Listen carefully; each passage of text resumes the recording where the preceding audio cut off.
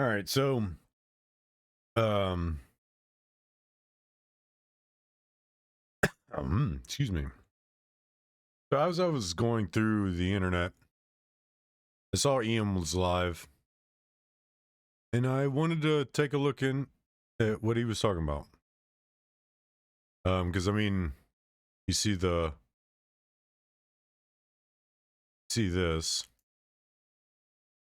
propaganda collapses, Israel panicking, Iranian hacks. What's next? And I'm always interested to see what other people have to say. So we're gonna go back here. Don't look like it was a very long stream. So let's see what he's got to say. What is good, guys? What is crack-a-lackin'? What's going on out there in the wide world? How are we doing? Give Mike me a seems kind minute of to low. just double check on all the spots and make sure that everyone's doing good. Make sure that all the streams are up and all the ups are streaming.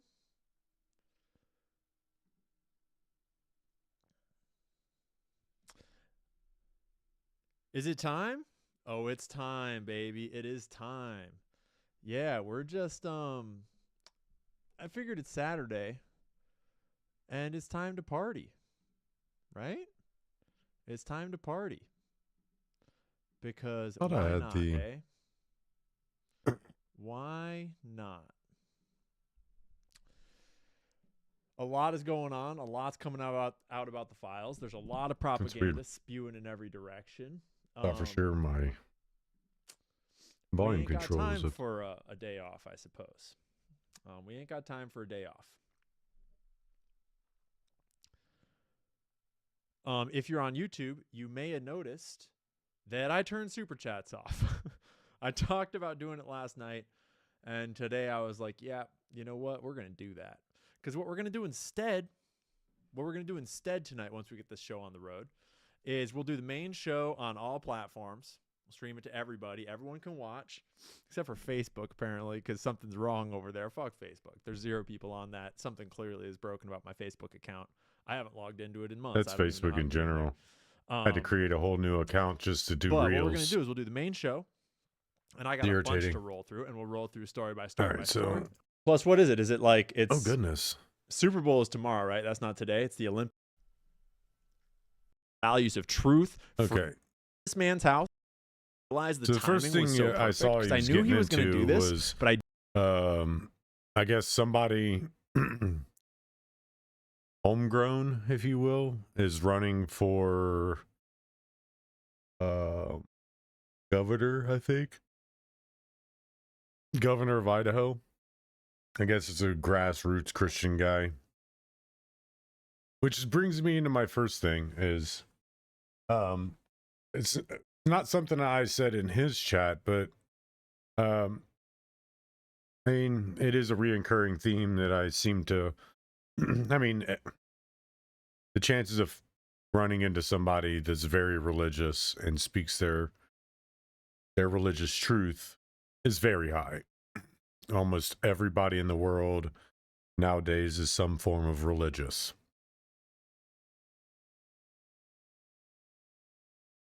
And while the communities don't make you feel unwelcome if you're not religious, I always come back to kind of the same question. Is it okay for people who aren't religious in society? Because it seems like you're not accepted in most any circles unless you follow some sort of religion. And it always comes back to that. For me, it comes back to the same question over and over again. Why is religion the first thing we talk about when we talk about anything else? Or why does it have to be, why does it have the potential to be the topic of conversation regardless of the situation and the topic in that situation.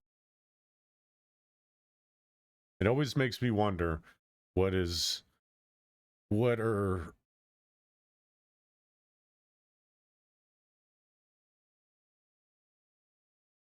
what is the point in constantly bringing religion to the table? And that's just a question. That is a question for the broader audiences. What is it about every situation that feels the need to bring religion into it?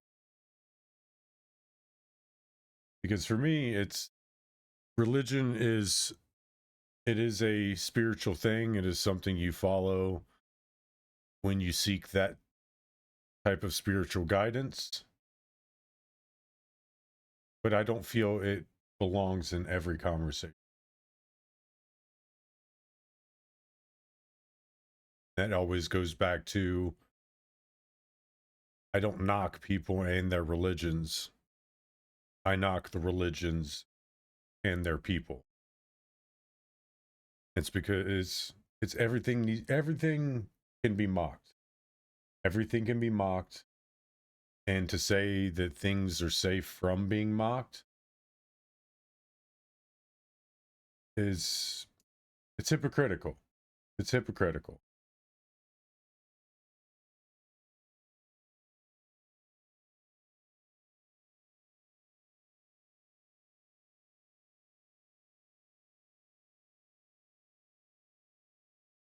I'm messing with something.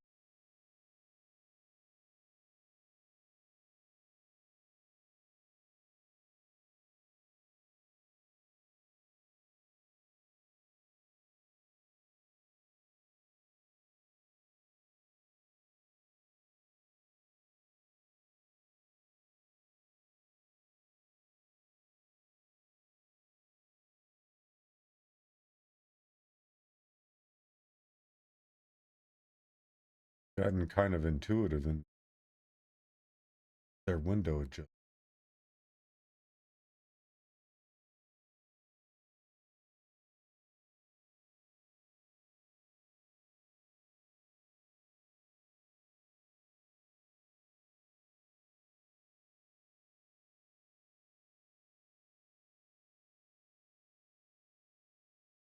Actually,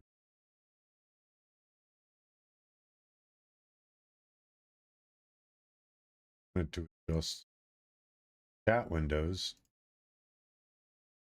where I can get a little bit more head movement. Or my head movement was blocked face. And I don't really have a whole ton of time to figure out how to bring my chat boxes back in, because I used to have a bunch of overlays and it just takes forever now to put it all back together, because it's all on my other computer that's sitting over there.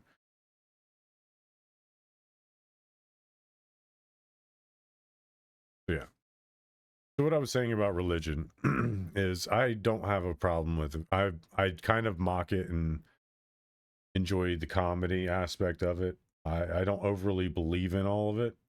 I believe that they're all right to a point, but when we start straying away from those points is when I start to tune out.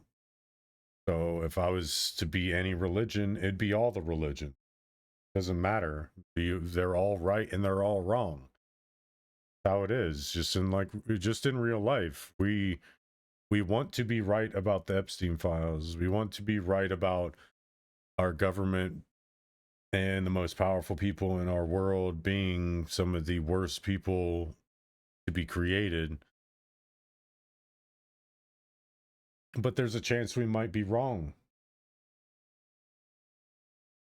There's a chance we might be right. There's a chance we might be wrong. We have to be okay with either or.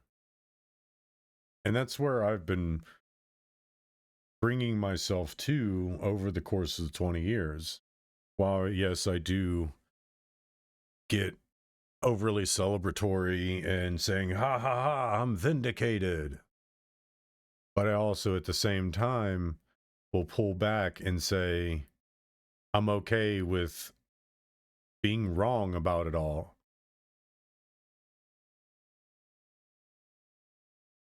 It's taken 20 years for a lot of it to come out that I wasn't wrong about any of it, and me and my friends weren't wrong about any of it.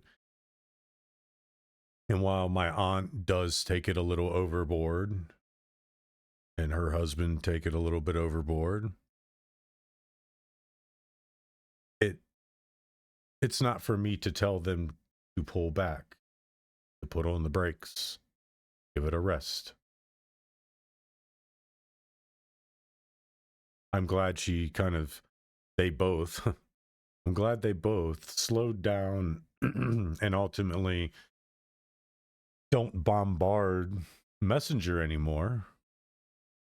But at the same time, it feels like, well, I did have a conversation with her recently,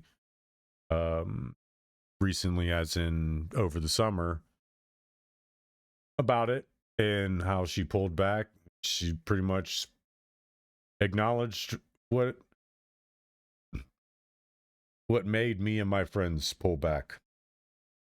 That it gets so dark in these holes that you start to lose yourself. You start to forget where the entrance is. You start to forget where the last tunnel you took was. So we have to find it within ourselves to pull back. And in a lot of cases, you got to pull back not indefinitely, but for an extended period of time. Otherwise, you will drive yourself mad. And while Asmongold can comically sit with confidence and say, this will never affect me mentally.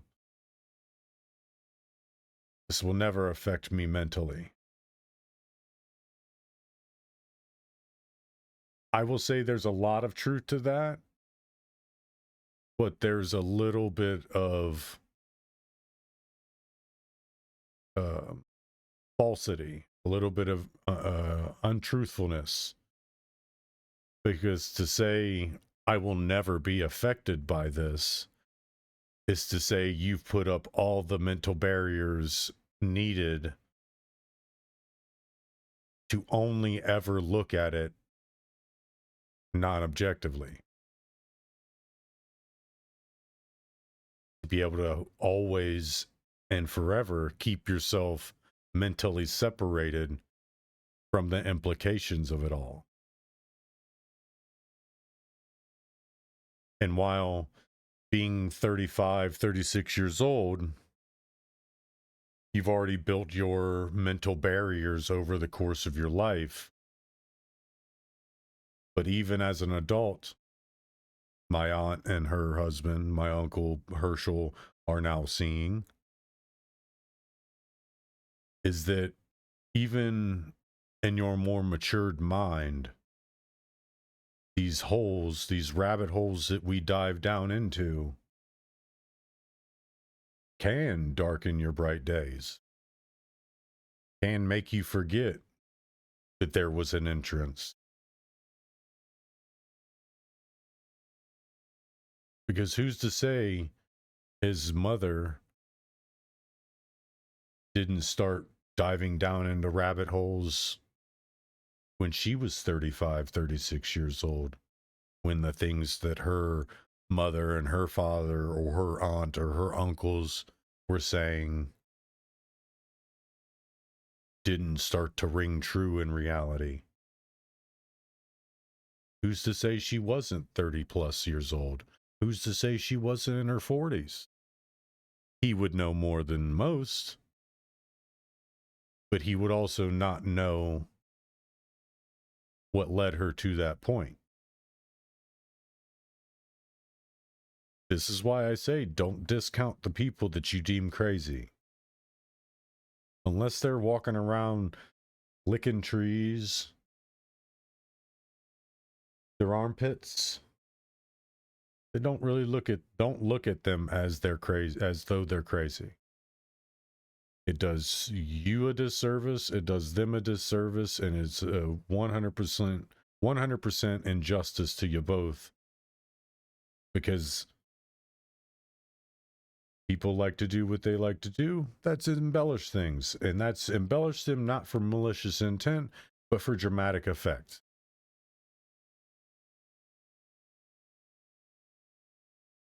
So while your friendly neighborhood conspiracy theorists might sound like a nut job today,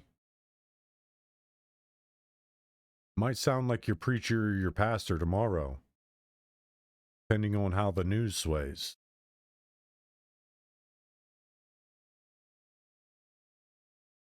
And in not a bit of that,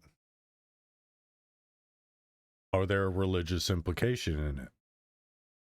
We bring that to the table because we want something greater to be able to latch on to that starts to help answer these questions. It starts to say, I understand this is hard to understand, but I'll be here with you, guiding you through it.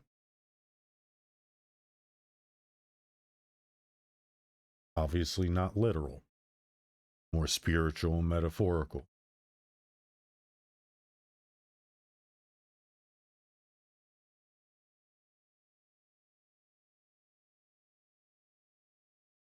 So in that, I say, don't shut out the non-religious. Don't create a new wave of tribalism, because we're seeing that our idols, our politicians, our most powerful aspects of life are a lie, are a scam, and are meant to hurt us all.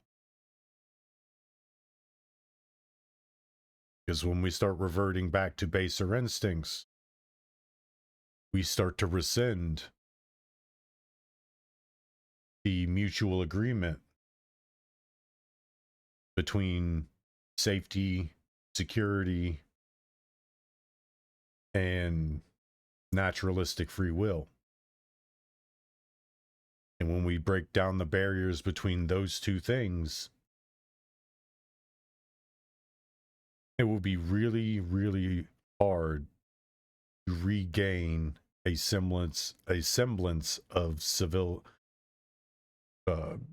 well-being, because we are only able to live in this civilization with a semblance of being civil with one another, because we are backed by the safety and security that we went into mutual agreement with. Because without that agreement, we are in nothing more than chaos, nothing more than pure, unadulterated anarchy. And I've said before, I love the movie SLC Punk, but I do not want to live in its world. I want to be able to vocally protest the things that aren't doing me harm and stand up and actually fight the things that are. And it's not going to happen if the masses keep fighting each other and stop paying attention to the ones that are hurting us. Because as we've been seeing, there's been a lot of unsavory characters, bad actors, and evildoers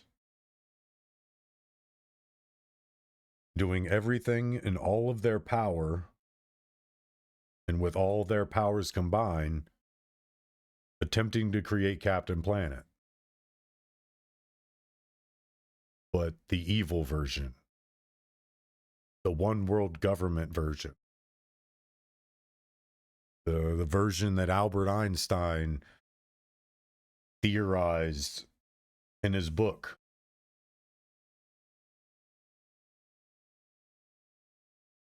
So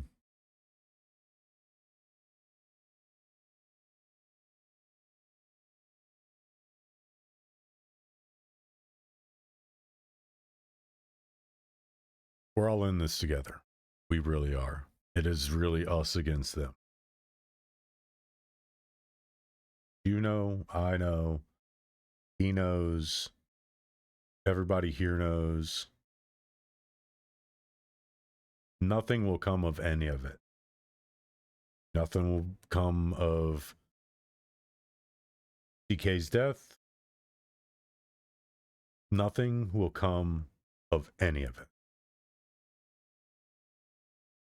And my brother, his wife, and I joked last night before they went to eat dinner that we're living our own JFK situation. We are living our own JFK situation. And I say JFK situation because MLK was civil rights. His fight was for civil rights, whereas the thing that got JFK killed was to do with Israel. Same as Charlie Kirk. That's what got him killed, is to do with Israel. So yeah, that's why I don't compare Charlie Kirk to MLK, because MLK was in a people's fight. Charlie Kirk was in a more or less religious, spiritual fight for people. Let's be real. He was very outspoken on the things that Israel was doing, the bad people of Israel were doing. But his fight wasn't for the ultimate person, for the civil rights of black people. Charlie Kirk wasn't fighting for black people. He wasn't fighting his civil rights.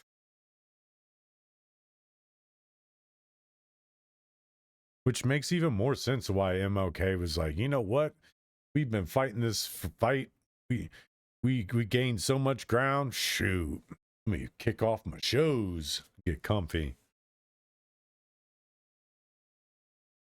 Anybody in war would be looking to that. And yes, MLK was in a civil war. Just one that wasn't deemed at scale. But it was. It was at scale.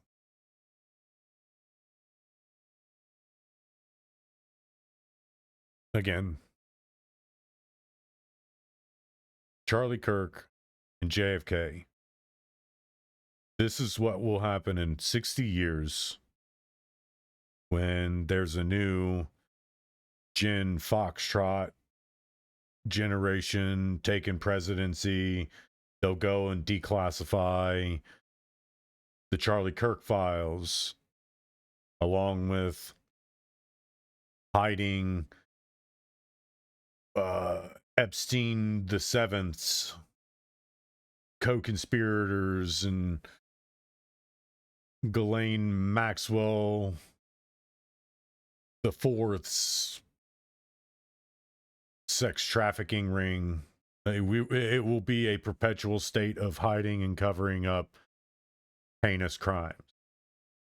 We will never get an answer of any of it. We won't get a 100% truthful answer from JFK's files.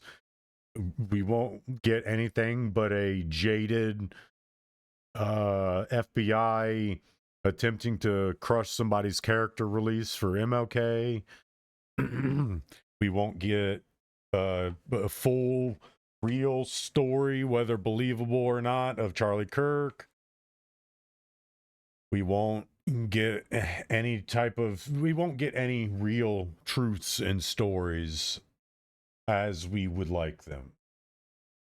We will always be pushed down,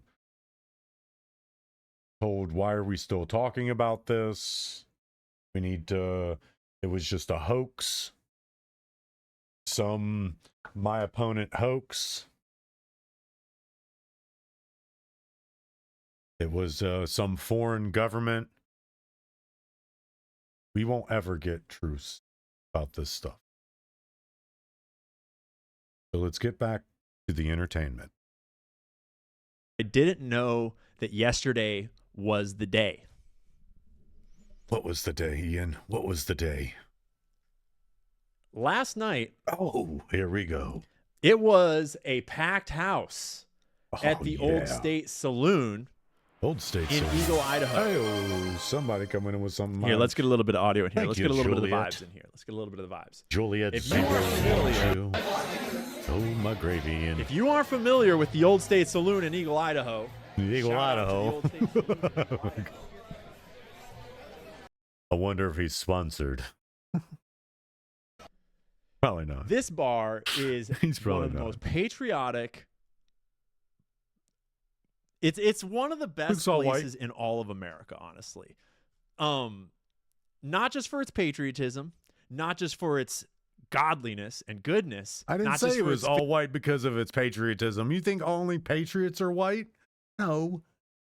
Not only patriots are white. There's a lot of black patriots and Mexican patriots, and I mean, I don't really see Indians flying American flags, or I don't really see anybody else flying American flags. Now, like hardcore American Mexicans, like if people that immigrated from Mexico to America and they're like they are hardcore American, they fly the American flag. They will have their Mexican flag, and anybody that moves from another country to this country and they're hardcore America, not their own country, like they left their country for a reason, they will fly the American flag. They have no problem flying the American flag. They will have no problem. And there are people, well, the American flag isn't a very good representative of our country. No, it is. It is the number one representation of our country. Might be outdated and need a little sprucing up, but it is wholeheartedly a representation of our country.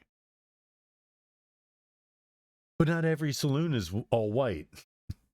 Not every hardcore American saloon is white, Ian. family and ownership, but for the whole community around it. But that's how it is. Last Everybody night, that moves here, that loves here, our boy will fly here. Mr. Mark Fitzpatrick, the owner of Old State Saloon, I don't know who and that much is. more, got a long career of law enforcement behind him. He decided that he's running for the governor of Idaho. I was right. On the Republican Idaho ticket, governor. and he officially announced it. He's going to take Idaho back from the Rhino Governor Little on May 19th. And let me just tell you, from personal experience, from having lived at this man's house for multiple months at a time, at different times in my journeys, he is one of the most upstanding Christian men. Ian was a vagrant. He just lived on his lawn. I lived on this guy's lawn for multiple months, and he didn't throw stones at me at all. He let his birds poop on me, but whatever. You can't control birds. Men you will ever meet in this nation, anywhere in this world. He's the kind of Christian man that actually lives by the principles. All right, cool. 100%. I guess every single day. If you're Christian folk and living in Idaho, guess he's a homegrown Christian man.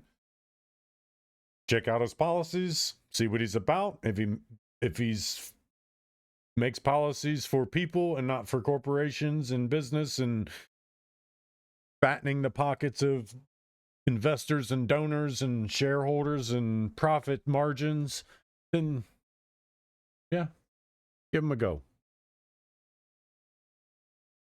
That's where I'm at now. I find out as we start getting closer to the time, I will start doing research on any and all the politicians who are running, and if their decisions more closely align with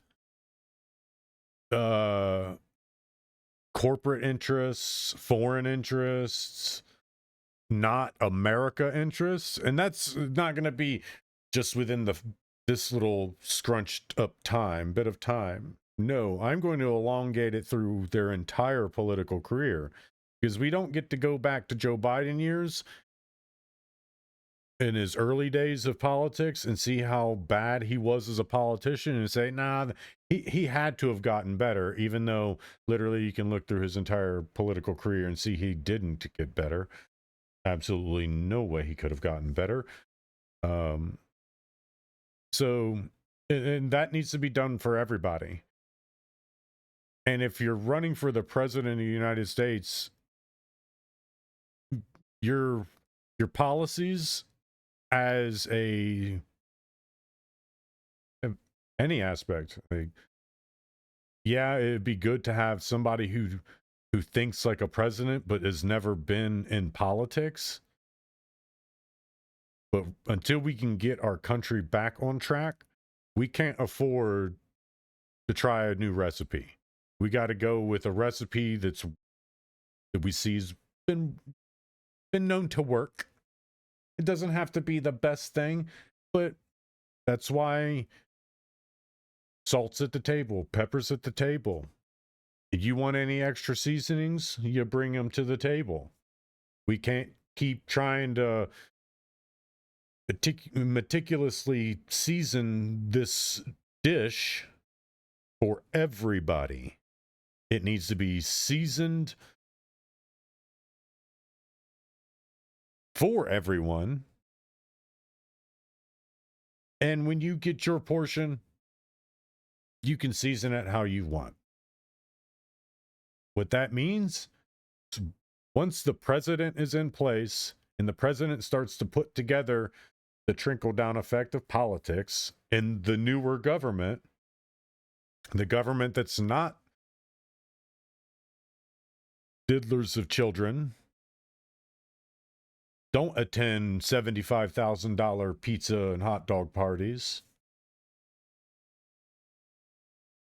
don't hop on planes to go to islands that they know are infamous for a particular type of excitement that the rest of the world would roll over in their graves knowing about.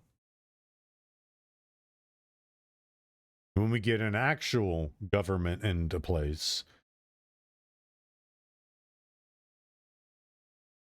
then we can start trying a new recipe. Then we can start adding this and that and maybe cut back on this so that we can add that also brings a little bit of that, what we're taking away too. We can't start messing around with these dishes of government in a more meticulous way until we clean out the pans we're cooking with, because right now they are crusted up, gunky at the bottom, and we're just scraping off bacteria. At this rate, we may as well start scraping the bottom of the barrel, because it's probably going to be cleaner and more sanitary.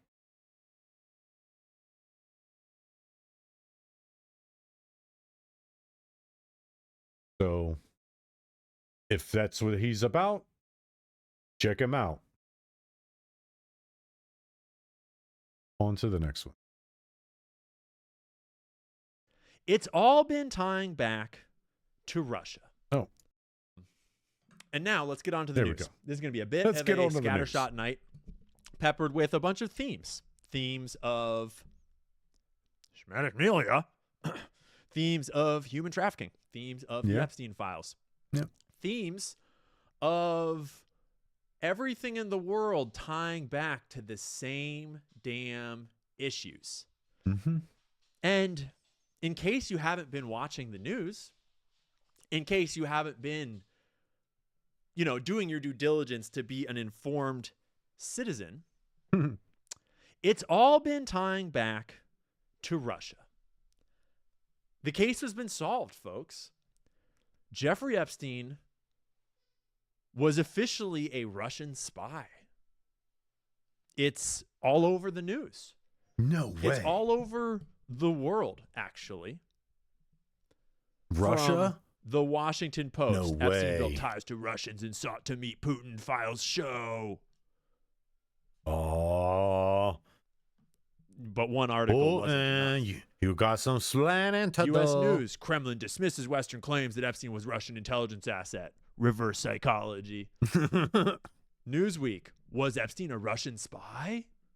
Here's what we know. The Hill.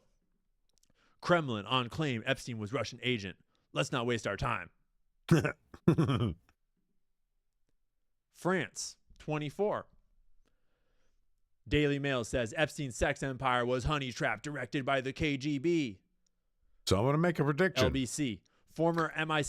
Seeing as Ian has put all of this together in this nice, neat little, see how he's going through. He's so confident, he's not even using keyboard shortcuts to go through those tabs. He could easily go Control Tab and just sit there and just Control Tab.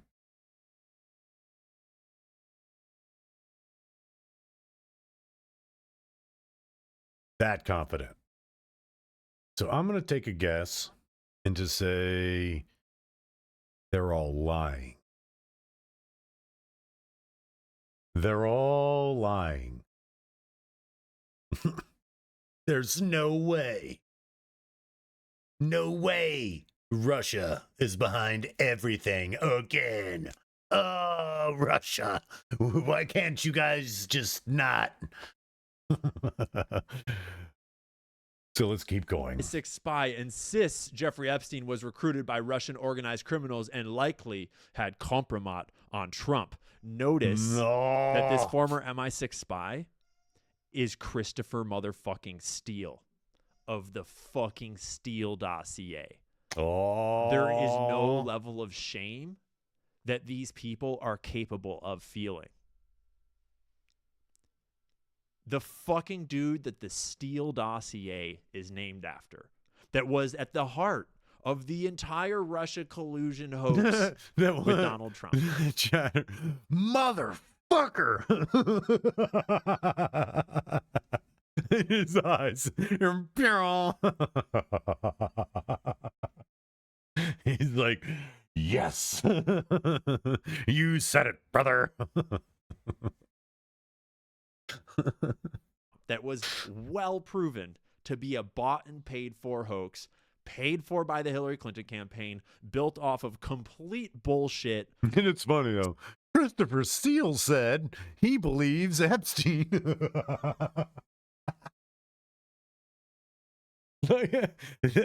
and that's. Don't worry, guys. We got him. It's Putin. It was Putin all along. We should have known. The debunking of the Russian hoax was a Russian hoax all along. The Russian nesting doll, a hoax inside of a hoax inside of a hoax.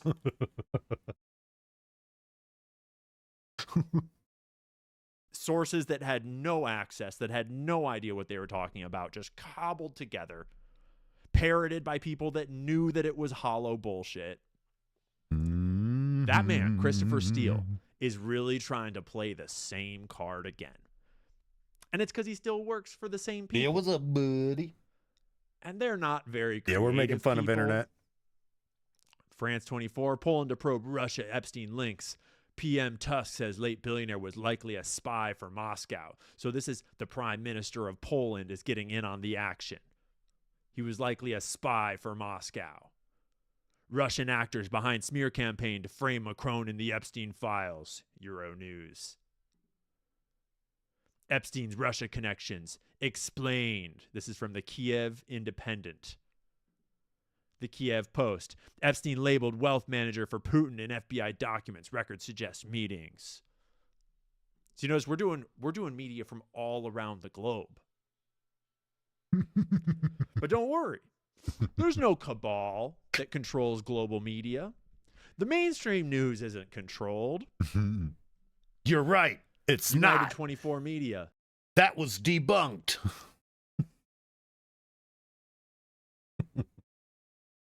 On a different note, whatever gamers have done to you, Alex, I'm sorry. Alex Jones he's lost his hope for the younger generation. He really has. I was listening to either a podcast or one of his videos, and you can tell in his voice that he has no hope for the younger generation. He's kind of in the same boat Tucker Carlson is. And it's sad because these guys are brilliant. They're very intelligent guys. A little manic at times, more Alex than Tucker. They have no faith that the younger generation is capable of anything.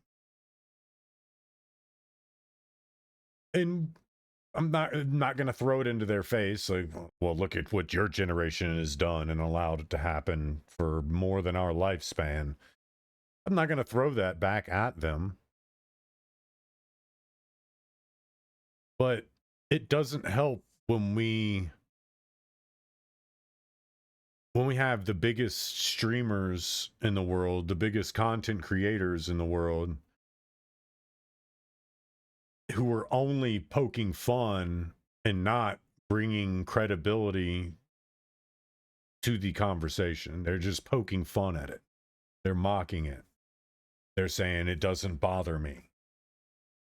They're already dead. It's great and all, but you can only say that so many times before your brain stops you and says, do you really think that? Or is that just your copium 5000? Your 700 milligrams of copium? Because to me, it sounds like a heavy dose of copium.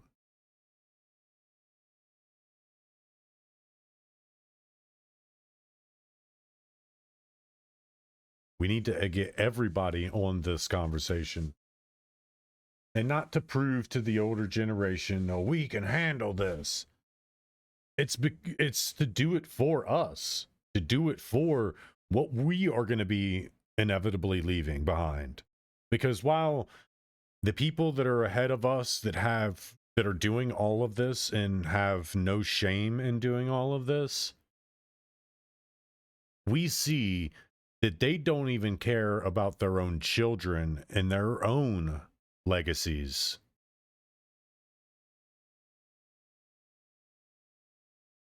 So we can't even fathom how they think about everybody else. I mean, we're seeing it. I mean, we're seeing it.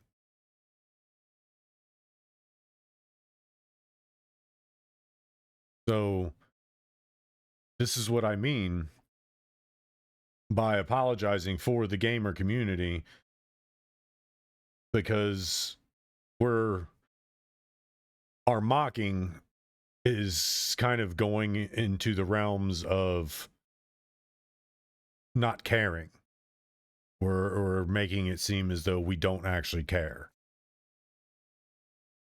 And it's not that we don't. It's that this stuff has been going on for our entire lives.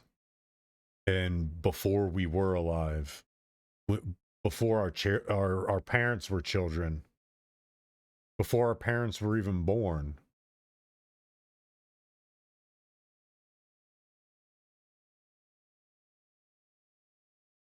you got to cut us some slack and give us a break. There are those of us that have been kind of doing what you've been doing, Alex, for the entire 20 years. Well, not the entire, because it gets tiring. And when you don't have a platform to yell from, it's easy to be knocked down to the ground. And it's not as easy to get back up as one may think, and the world makes it seem. It is very hard to get back up when you're already on the ground and you're being constantly knocked back down to it. A lot of us don't have and never have had platforms to stand on. Be able to say things that matter, let alone to say things at all. To even have our voices be heard. And that's part of the problem. Our entire lives, we've been told, do this, you'll get this. Do that, you'll get that. Be this way, you'll be able to get this. And the entire time, we're also being told, don't say that. Can't say that. You shouldn't say that. You're not going to get anywhere by saying that. Maybe quiet down.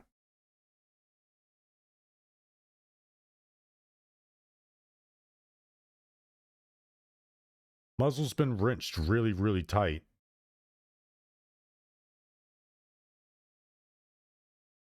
So you got to cut us some slack. Instead of saying, well, I platformed another bad apple.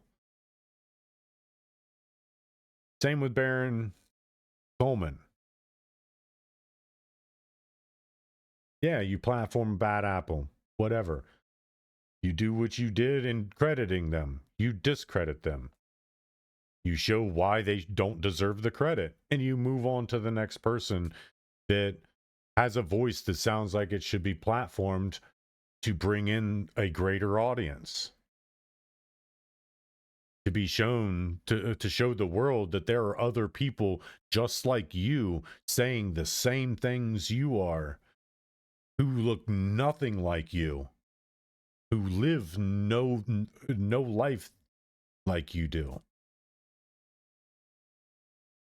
Keep taking these risks.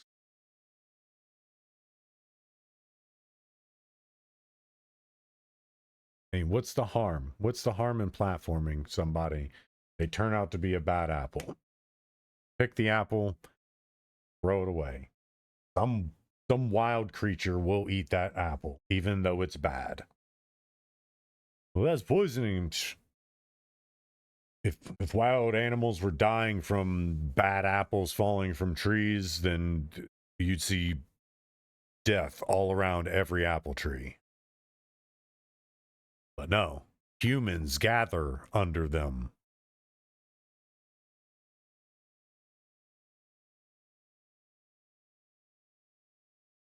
Oh. So yeah. Jeffrey Epstein reportedly. But yeah, that was my tangent. My tangent was to let Alex, people like Alex Jones and people like Tucker Carlson know that there are those of us that are fighting these fights and have been fighting these fights and continue to fight these fights. You just have to be willing to put your own pride, your own prejudices, and your own inherent belief that some things need gate kept. You shed that, your perception and your view of the younger audience will change. It will change, and I promise you, you will start seeing more. And you'll realize that, wow, yes, you were already into the fight. Some of us, we hadn't even grown up before we joined the fight. We were pulled into it because we were told, oh, look at these planes flying into the World Trade Center. One already flew into there. Come inside. Oh, look, an airplane flying overhead. Everybody get inside. Airplanes are falling out of the sky. We're being attacked by a foreign country. America's at war. We hadn't even grown up yet. We hadn't even been given the tools to understand what any of that meant and what was happening. So a lot of us had to learn what was happening as it was happening, which also made a lot of us grow up. It's unacceptable when you make a generation of people grow up before they're legally allowed to wipe their ass in their own home.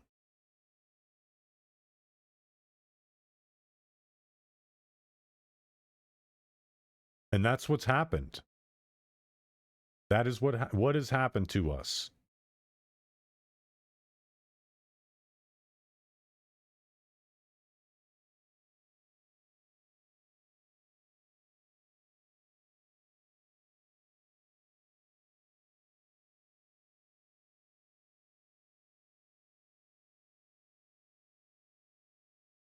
Fantastic hearing. I hear things.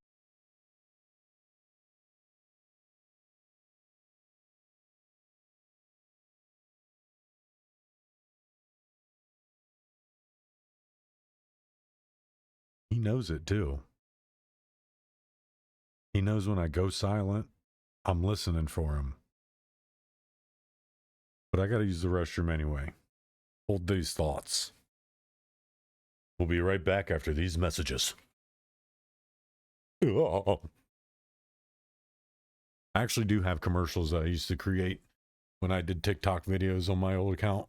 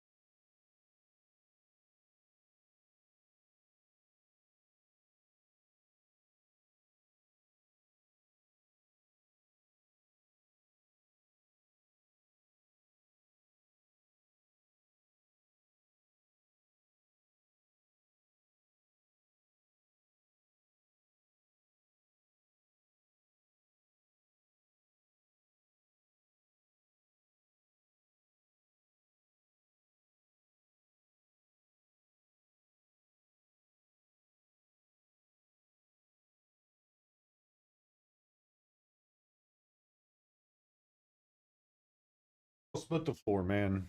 Everything else except for the floor. Please don't eat the floor.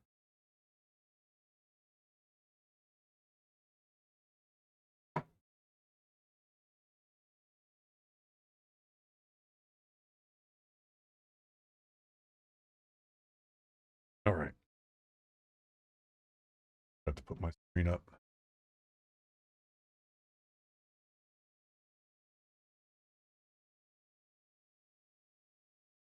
All right, so tangent's over.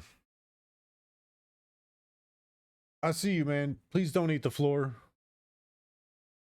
And don't eat their cabinets and their walls. No.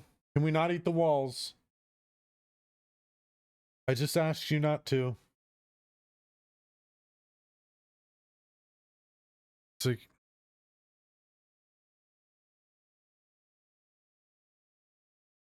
cereals. Hey. Can you not eat the wall? Come here, bud. I need to talk to you. We got to have a conversation about the wall thing. Come here. Come here. Come here, bud.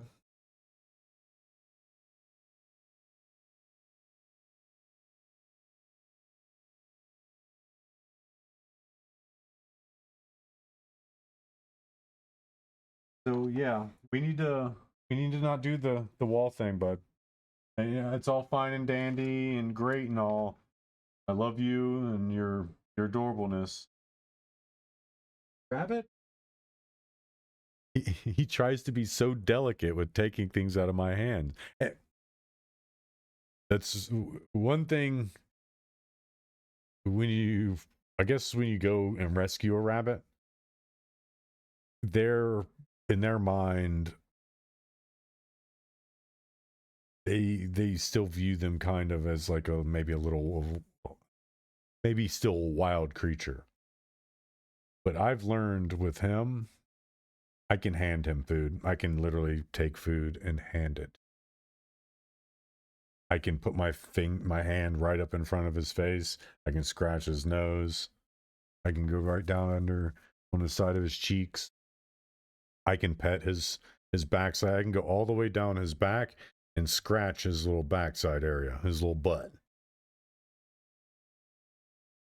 If he's relaxed and he's wanting to just chill, he'll let me, and he'll when I start scratching his butt area, his little legs will pop out. They'll fire out to the side, and he'll just lay on his belly. Let me scratch his backside where his little cottontail is. And he'll lick the floor. He'll just like frantically lick the floor like it's a massage. So I think they say that stuff because they don't want people to happen to put their hand in front of their face too abruptly, and the rabbit reacts. Because there are times if he doesn't want my hands around his face, oh yeah, he'll react. He'll jump up, growl, and then try to slap my hands away. Or slap my fingers away. Hands.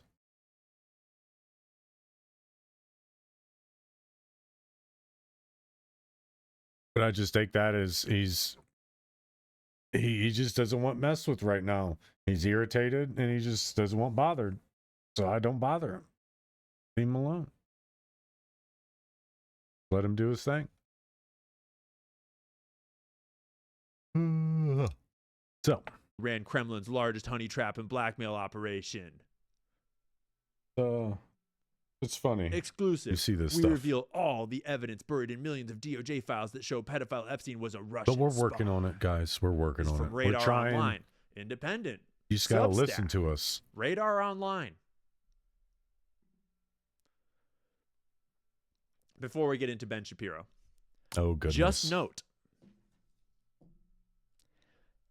Every single person and publication and pundit and piece of shit that is running the news headline that Jeffrey Epstein had anything to do with Russia as far as working for them, that is a fucking controlled operation through and through. And we have so much evidence for years going back now and completely confirmed now from these files that he was obviously an Israeli spy.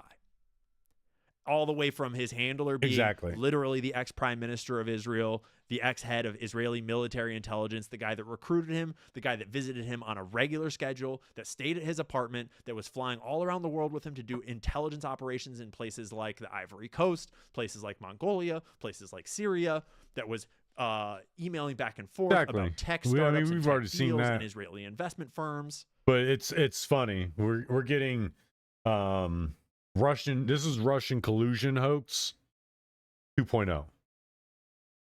Russian collusion hoax 2.0. All right, moving on. We're at and social media. And that's where we get to people like Ben Shapiro, which we don't need to tell you who Ben Shapiro represents. Mm-hmm. But it's just worth noting that people like Ben Shapiro have nothing. They have nothing. But it's not everyone is wrapped to and wants to talk about and wants to know about. Nowhere in sight. Oh, yeah. And that's actually another key point is the Epstein files are one of the biggest things going on in the United States right now. And the people that aren't even talking about it, even in a little bit, making jokes about it. If you're in this world on this stage and you're not even bringing it up, making jokes about it, and it's all defensive moves, because anytime you'll hear Shapiro talking about it, or another shill talking about it, it's usually a very defensive way in which they're talking about it. Some of them might try to make jokes about it, but you can tell their jokes are very controlled. They're very filtered and tamed in comparison to what they should actually be saying, what they should actually be joking about.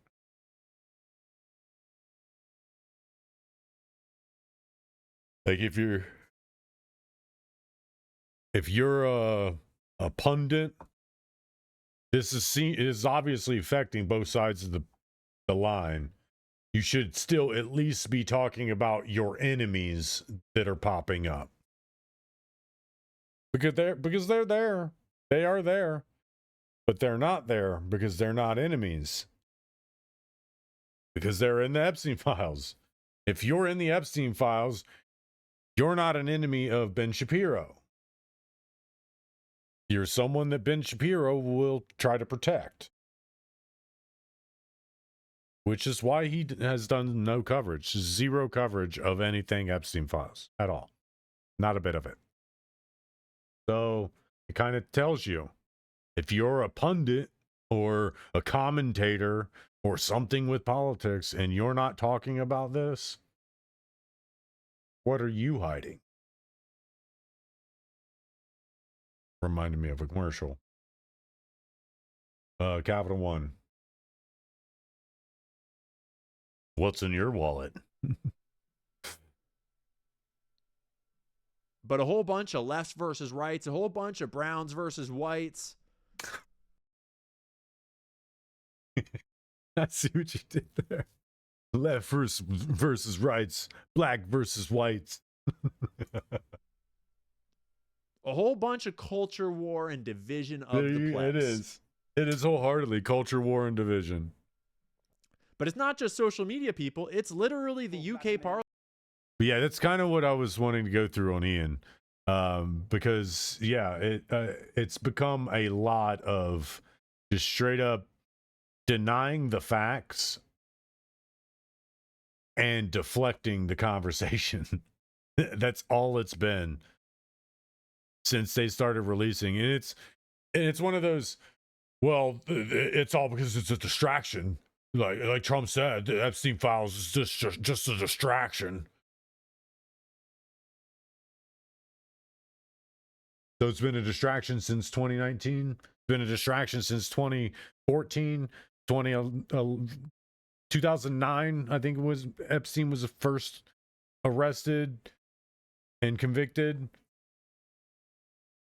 That was when the first bit of layers were made known of what he was and what was going on with him. And you guys didn't know. I mean, again, somebody like that, you think that their email would be tapped forever.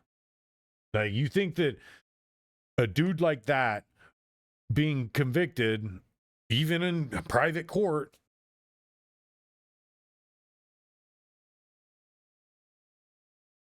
you think he would be under constant surveillance.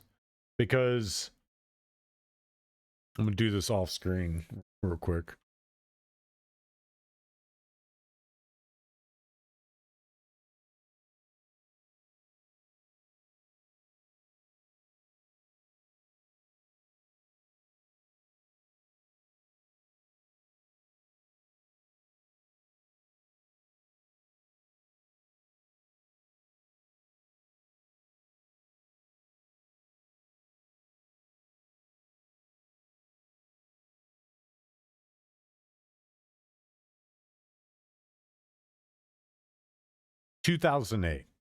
In 2008, Jeffrey Epstein was initially convicted of 2 state felony charges in Florida as part of a controversial plea deal.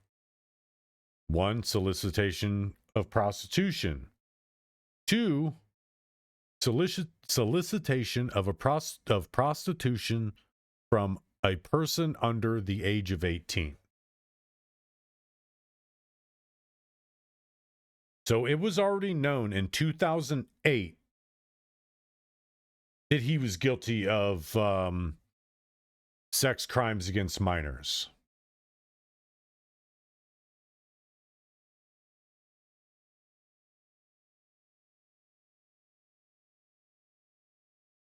Ask another question. Does it say hold the victim was the first time?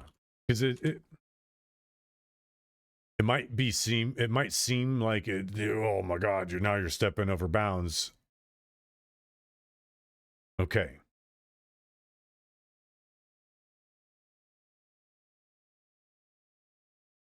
Okay. But it is very relevant. It's very, very relevant.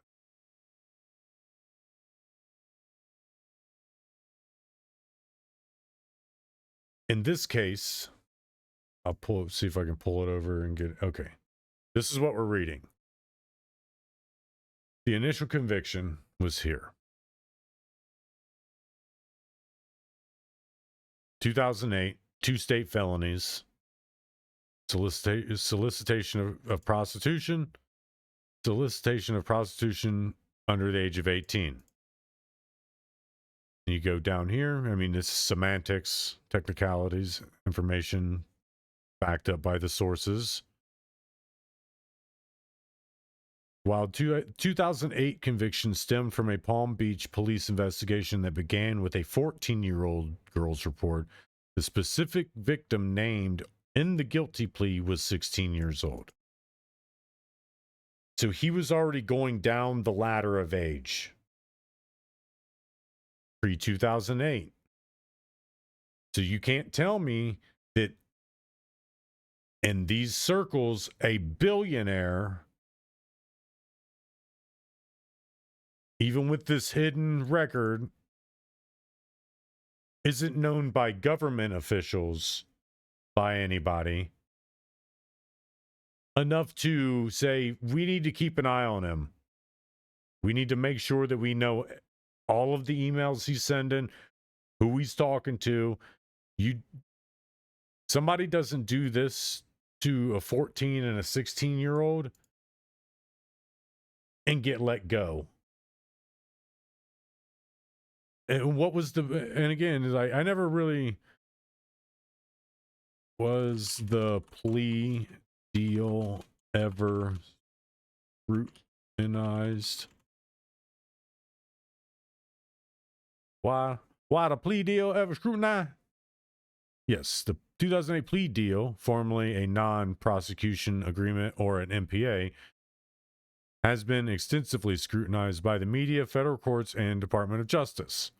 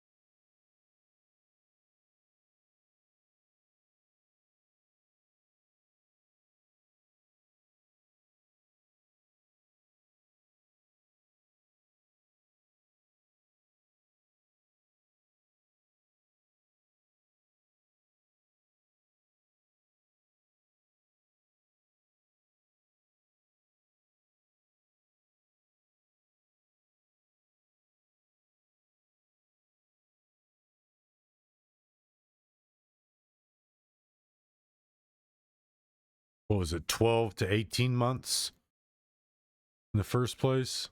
18 months in the county jail.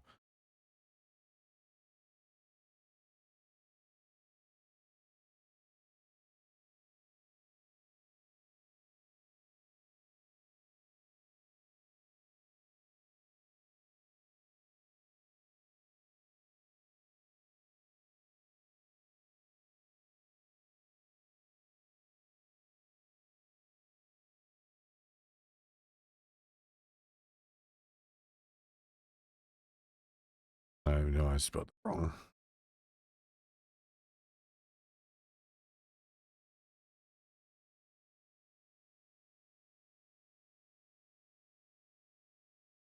Yep. Forgot the I and an L.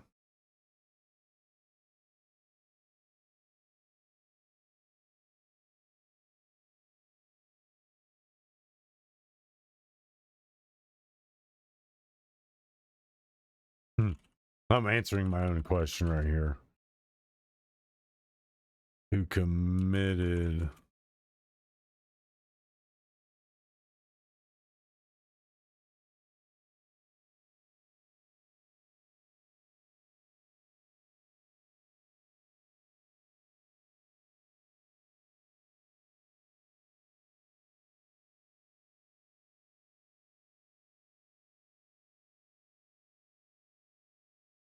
The reason the plea deal was so controversial is that it essentially allowed a federal level sex trafficking investigation to be buried in exchange for a minor state level sentence.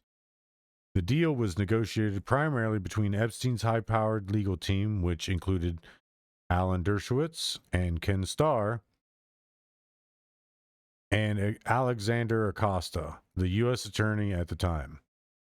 Federal immunity. The most shocking part of the deal was that the federal government agreed not to prosecute Epstein for any federal crimes related to his sex trafficking ring. This is in 2008? I'm gonna read it and then I'm gonna ask it. I'm gonna verify that this is all. That's all in 2008. He dodged federal crimes in 2008. I know the answer to it. And like I said, I've already answered my question here. I've already answered the question. The deal was also granted immunity to any potential co-conspirators, which effectively shielded his staff and associates from being investigated for their roles in recruiting victims. Instead of a federal trial that could have resulted in life in prison, Epstein agreed to plead guilty just to 2 state-level solicitation charges in Florida.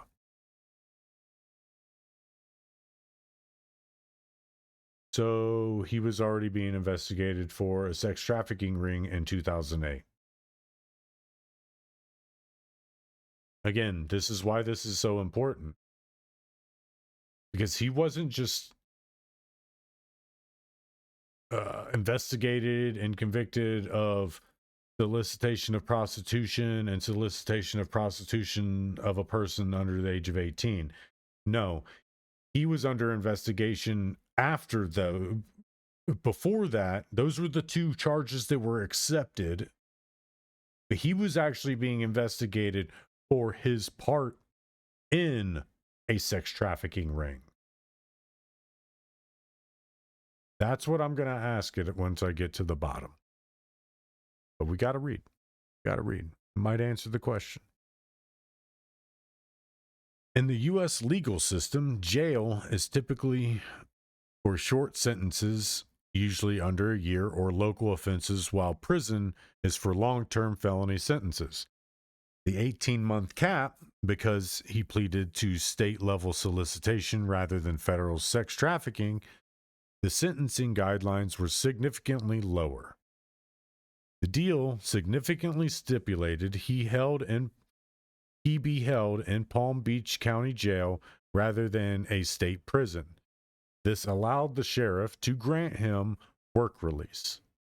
As mentioned, he spent 12 hours a day, 6 days a week in his own office, often eating catered meals and meeting with associates, returning to a private wing of the jail only to sleep. Why no constant surveillance? The lack of oversight following his release is one of the biggest points of failure cited by critics. Several factors contributed to this. Private security versus police. He maintained a massive private security detail. To the outside world, he appeared guarded, but these guards worked for him, not the government. Their job was to protect his privacy, not to monitor his compliance with the law. Wealth and mobility. As a billionaire with private jets and multiple international estates, New York, New Mexico, Paris, and his private island, it was incredibly difficult for local probation officers to track his movements. He often moved between jurisdictions before local authorities could coordinate. The level 3 status loophole. While he was a level 3 offender, the highest risk, the specific way his charges were written in the plea deal using the 16-year-old victim allowed him to avoid certain stricter monitoring requirements in some states. Investigations have suggested that he used his wealth and connections to cultivate relationships with powerful people, creating a halo effect where law enforcement and registration officials treated him with a level of deference not afforded to typical offenders. The failure to monitor him effectively is exactly why he was finally arrested again in 2019. The federal government faced an immense pressure to explain how he had been allowed to continue his activities for another decade. And again, email existed, getting court orders to tap and monitor people existed. If they couldn't track his movements, why didn't they at least tap his correspondences? Let's ask. They couldn't. We already established that this is all that happened before he was arrested for the second time in 2019. They couldn't track his movements. Shouldn't that have given them probable cause to tap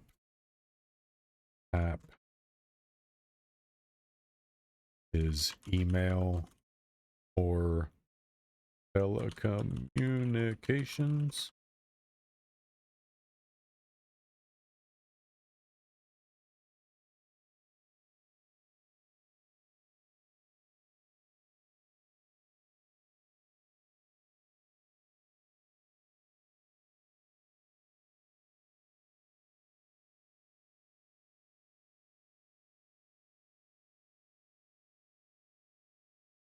There you go. That's why. It kind of rounds back to what I say when I say laws aren't written to keep innocent people safe. Laws are written to keep criminals safe, or keep criminals free. Because as you see, it's the law itself that kept him from being monitored digitally.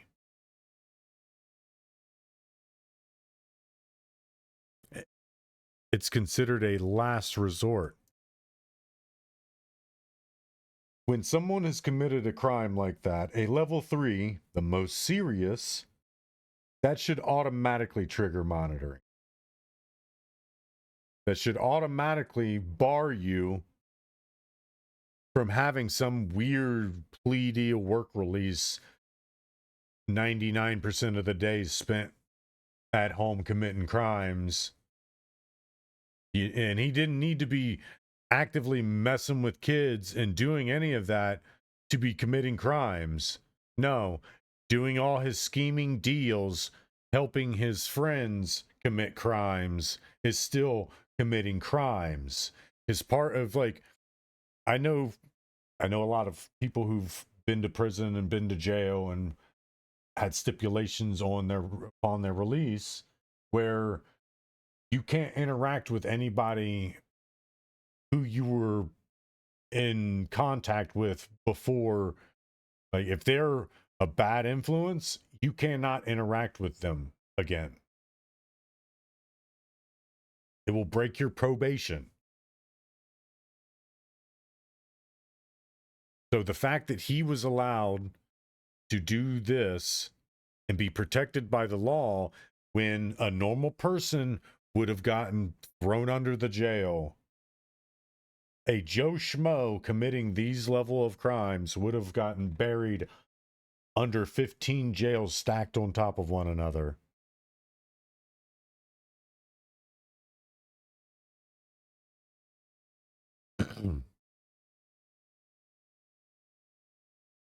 But this guy was allowed to continue committing crimes because obviously he was still committing crimes over the course of that 10 years because he got arrested 10 years later.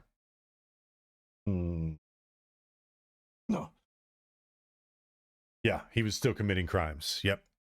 Still committing crimes. And he made his network even bigger in crimes being committed. Like, he didn't just escalate his crimes, he escalated his network, his connections, his reach. I can only imagine how wide his reach grew over the course of that 10 years. If he was shut down in 2009, 2008, 2009 and never again able to do what he was doing, and then all the powerful people he was affiliated with at that time were taken down, maybe we would have been able to start healing.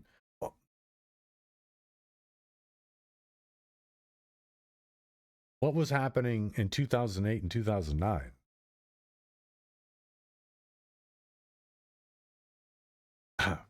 There you go. He wouldn't have faced any real justice anyway. He wouldn't have faced any justice anyway.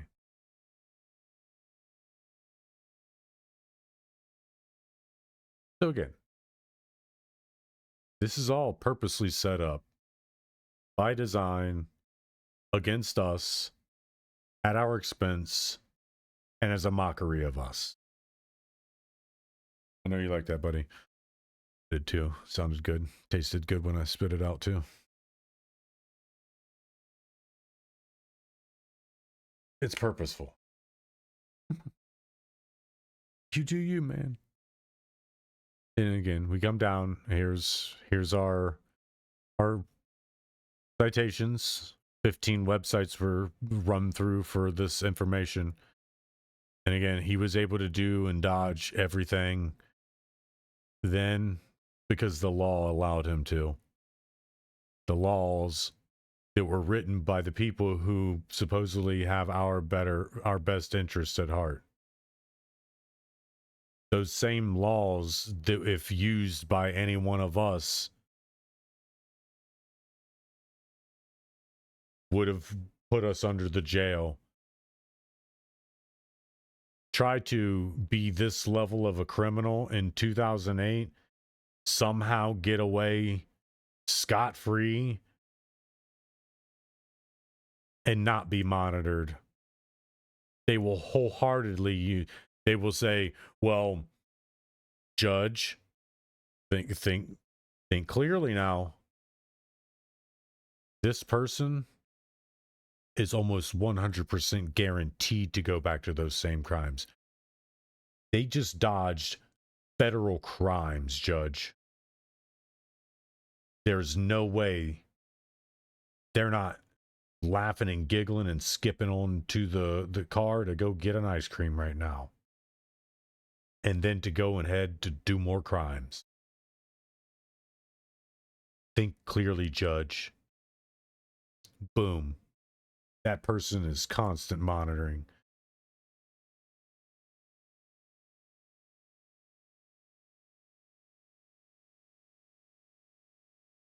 This is the difference.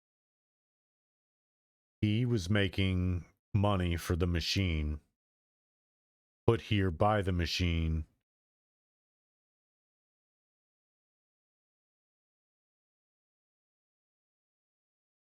to the machine,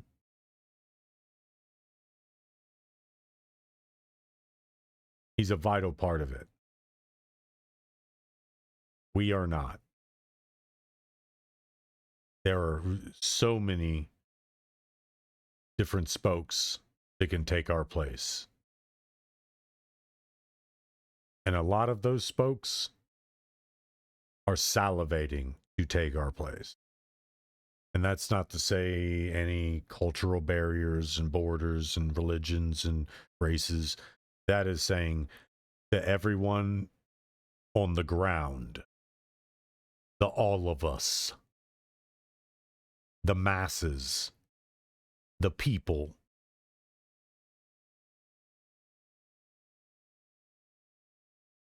those are the spokes.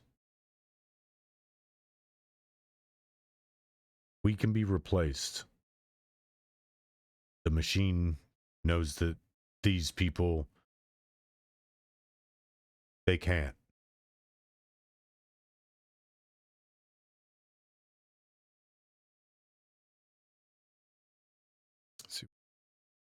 Ben Shapiro.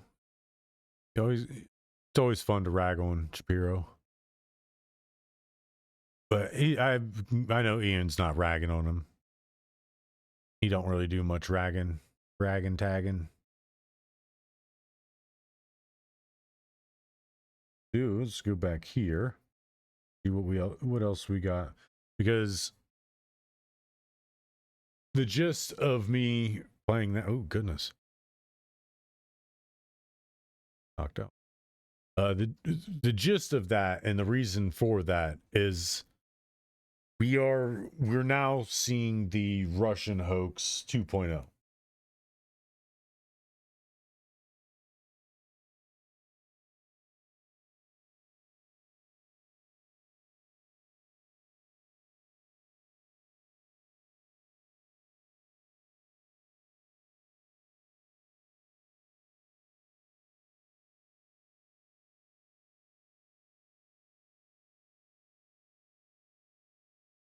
Drugs, they're like drugs.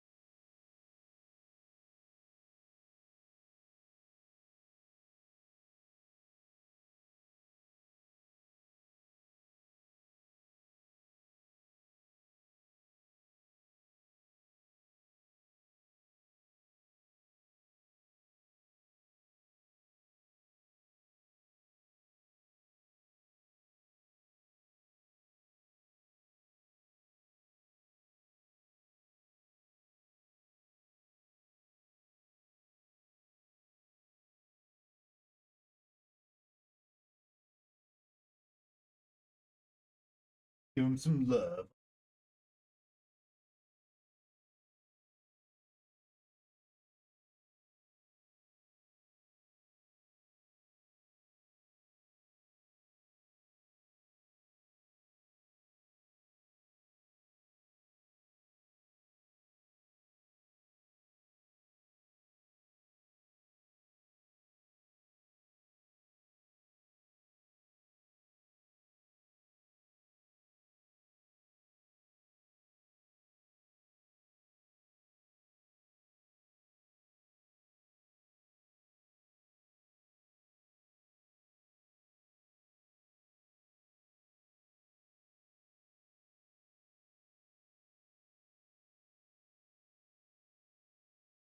Sorry I messed up your hair though.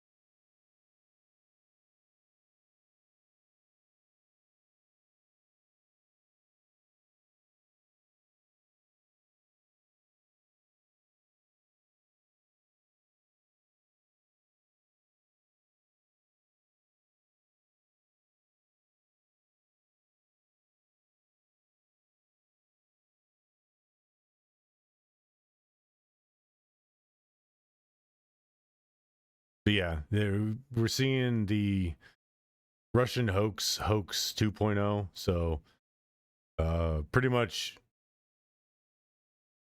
we're going to they're going to attempt to distract us away from what we really know is going on in them.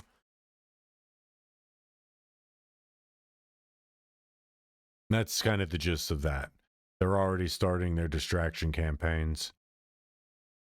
Particular countries already been implicated in them, and not in a good way either. So the first thing to do is to start the discredit campaign. So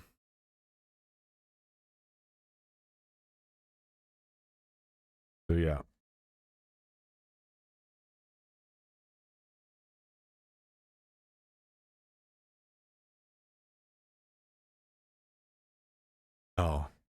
Oh shit. Has been running into more Pizzagate stuff. Let's do some live reactions. Pizzagate was always real. Asmongold. Would you mind just giving a Your community's been telling you that for like a week now, man. basic recap of what For like this a week. Pizzagate theory was? These emails get dumped online, Here we go. full of everything that was From in a John good Podesta's life. And horse's John Podesta mouth. is a very powerful and connected man. People He on the is. internet then started to notice these strange pizza messages about $40,000 worth of hot dogs being flown to DC for parties, and overt references to children. That's a lot of hot dogs. That's a lot. That's what I was saying. It starts to get a little weird and creepy when you see things like that. While yes, it's probably expensive to feed, say, a bunch of people at the White House, but what also it's not is going to cost $40,000 for hot dogs and $35,000 for pizza. That's a lot of pizza. Like, let's have AI calculate it because it'll be faster.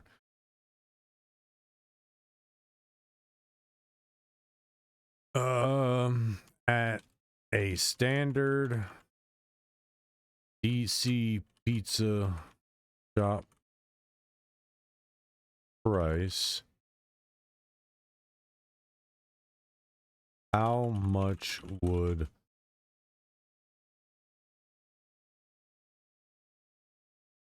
about $35,000 get you? And what would the same be for hot dogs from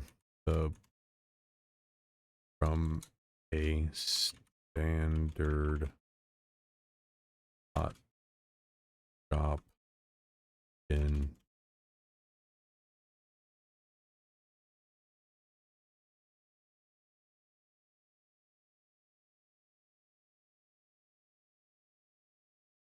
So you're looking at roughly about 1,400 to 2,900 large pizzas. And about 4,300 to 7,000 hot dogs.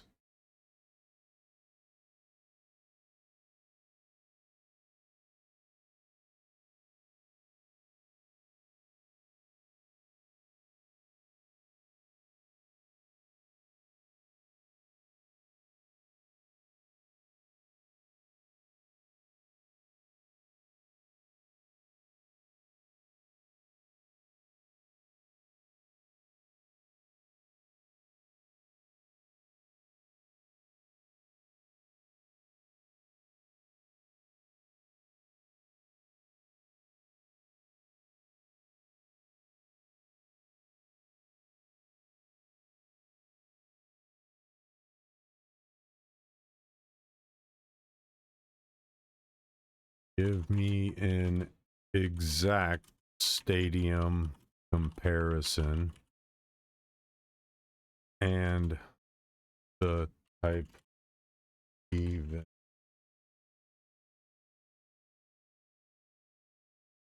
would hold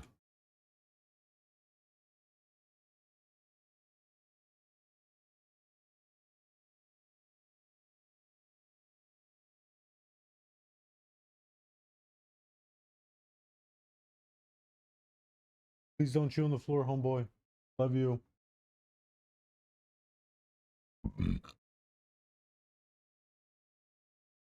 No. No. It's about 75 worth of 5K for pizza. 40K for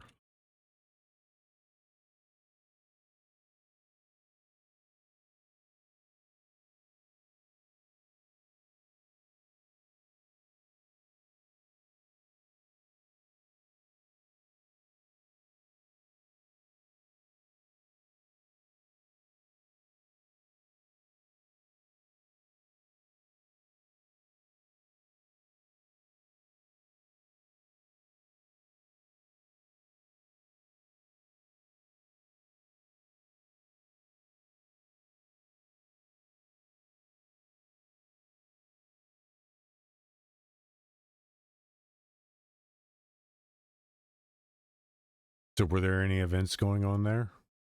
These places? I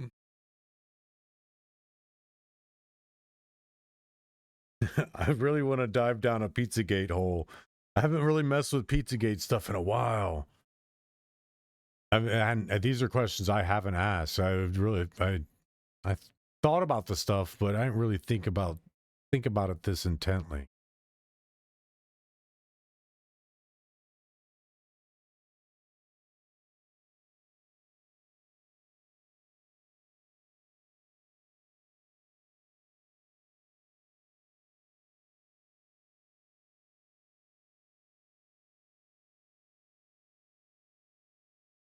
So Eagle Bank Arena is the closest place that would be able to accommodate more than 7,500, more than 7,600 people.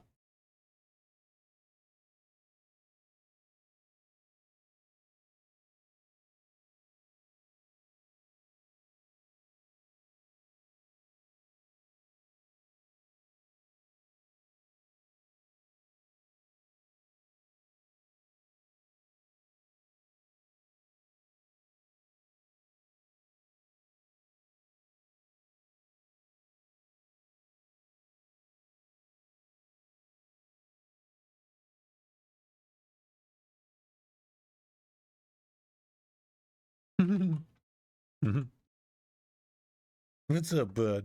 Hey, what are you doing? You want to play? Is that where you want to play? Play? That'd for an event that'd serve this much.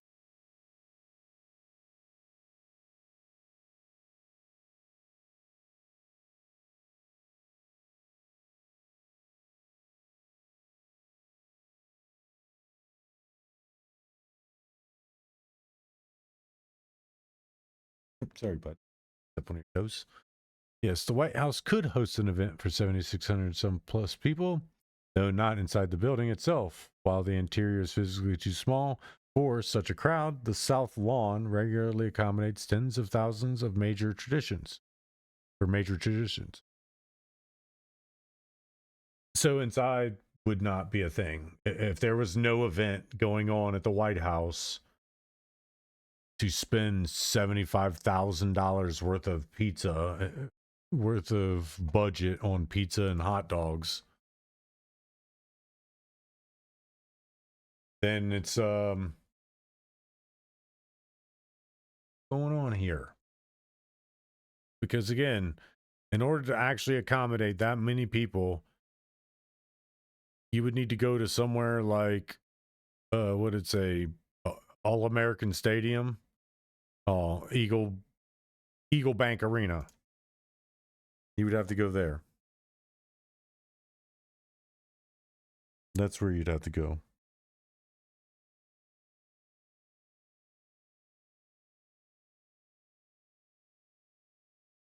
And seeing as I doubt there was an event going on with the president of the United States without anybody knowing at Eagle Bank Arena. I don't think that that's what was going on.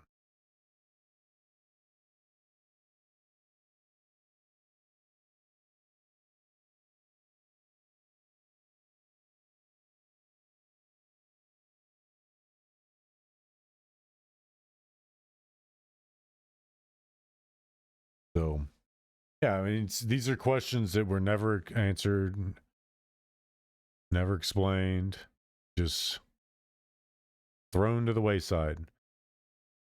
A lot like But again, this is one of those things. It goes back to what I was saying before, that it's great that Asmon is talking about this stuff, but it's not just enough to mock it and parody it and make fun of it. You have to also acknowledge that this stuff is very real. It will never be solved if we don't start solving it. And we know for a fact that no one above us is going to solve it.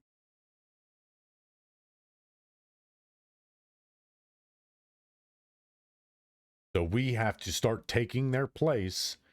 Stop voting them back into office. Stop giving them the benefit of the doubt. Stop saying that maybe next time, maybe somebody else, and we have to start doing it ourselves. I'm not a people person to be in politics. That ship has far passed.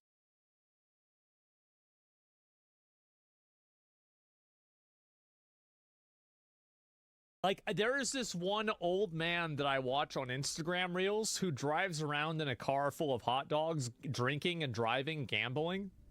And he's great. But like that's like a car full of hot dogs, and that's probably only like $50 at the most.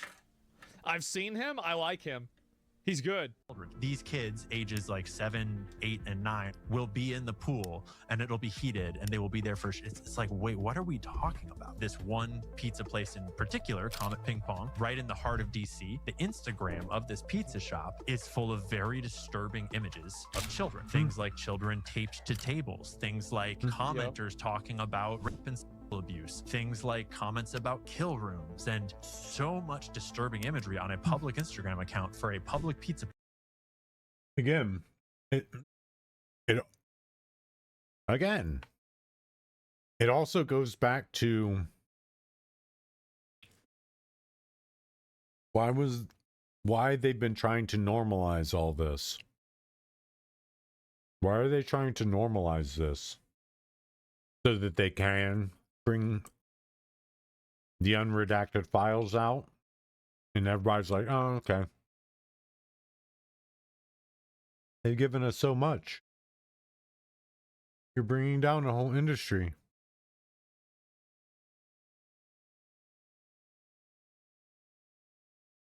Place as the Bro, actually eyes wide shut. Oh my God. Wow. a public Instagram Who account does for a that? public pizza place as the media is running this big kind of smear campaign on these questions. A guy enjoys your content? conveniently I'm walks glad. into that pizza place Yeah, with shout an out to AR Ian. and For sure. shoots the place up. Doesn't hit anybody, but manages to shoot got a great bullet hairline. straight through the hard drive I'm that's jealous. in the back room and gets arrested by police very publicly. They The have thing is, he may have embellished that a little bit, or he may have read. We all probably were fed bad sourcing.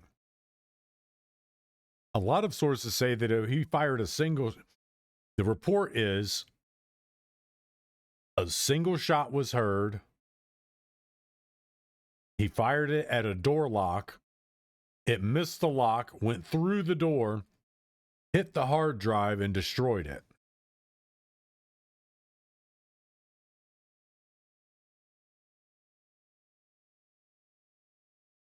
That sounds familiar, doesn't it? Almost like somebody broke into the place and conveniently went right for the one thing that could prove something.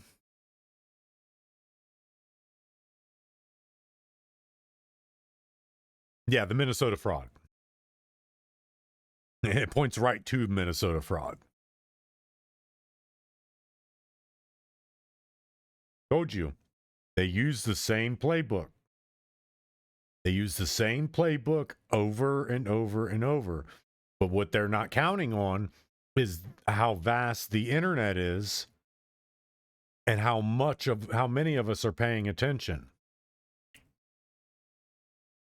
And the fact that as much as the world and existence has tried, it's not buried some of us yet. And it sure as hell hasn't pushed us to have our family and friends bury us either. Though it's tried. Not saying there's a conspiracy against me, but life has sucked for a long time.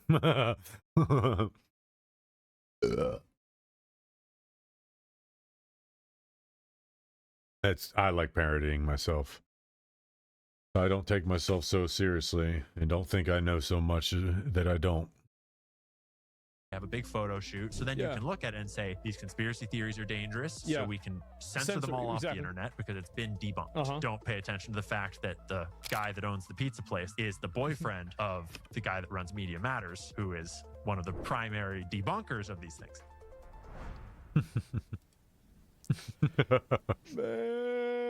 Man, that is really damn, bro. Like, they're named. They had 10 co-conspirators. One of whom was Leslie Wexner. They're named, and that the list is long. Like, there's Is Asmon going to fall down an Ian Carroll rabbit hole? I've never seen Asmon cover anything Ian's put out at all, ever. I may have heard him make remarks about Candace, but I've never heard him or seen him make any type of remark or showing anything that Ian has talked about. Worlds are colliding. The Power Man 5000 song, When Worlds Collide, it's Power Man 5000, isn't it?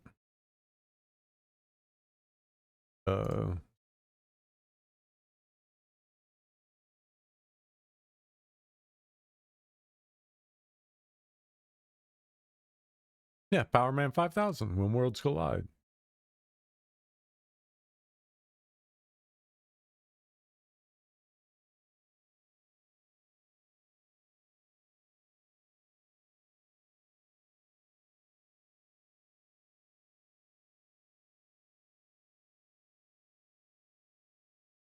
There's pilots. We know their names. Larry Visosky. There's 3 different pilots. There's a bunch of other madams like Ghislaine Maxwell, but assistants that were helping to recruit girls. There's a bunch of other people that were trafficking models and bringing models in and out. There's just this long. There's an really when worlds collide. enormously long list of people in various roles all around Epstein that we know full well were at the very least deeply suspiciously involved, where they should be asked some very serious questions. I mean, right up to Ehud Barak, who by my accounting looks like the handler of Epstein. He certainly looks like, we have all these emails from both Ehud Barak's email server now and from Jeffrey Epstein's trove of documents that corroborate them doing what looks like intelligence. Say I'm not a Mossad agent. I remember that. I remember that real well. Operations all around the world and in the United States. So there's just an endless number of people. I unfollowed them? Wait, what? I don't think I did. Wait, did I really? Let me see. Yeah, I mean, this is just... No, I didn't. What do you mean? And, yeah, that's... this is a lot, guys. Like, I mean, really, we got a lot going on with this. Then I'm going to start trying to explain these things to my real-life friends. With these filed release, why is no one being questioned and be called for an investigation? Why would you investigate the people that are killing and eating and raping kids and doing satanic rituals to create homunculus humanoid, and then breeding half human, half animal, and then performing ritualistic sacrifices and cutting the organs out of children. Why would you do that? Why would you hold them accountable for this? Yeah, you have to?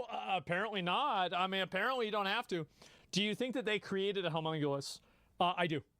I think that they probably have, like, realistically, I mean, let's just think about this logically.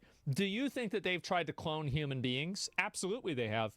I'm going to be honest. If our government hasn't tried to do that, I want my tax money back. I do.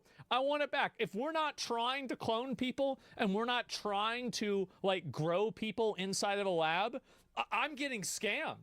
I am. Like, I thought we're supposed to be on the edge of this. I thought we're supposed to be trying to move things forward. Like, really? I mean, I'm not even saying, like, there's a lot of reasons why you could grow a person. Why? Well, because you could grow organs that way. Like, that's the main thing. I mean, it's absolutely. It makes sense. 100%. Like, cloning humans will be the end of humanity. They said that about a lot of things, and it wasn't.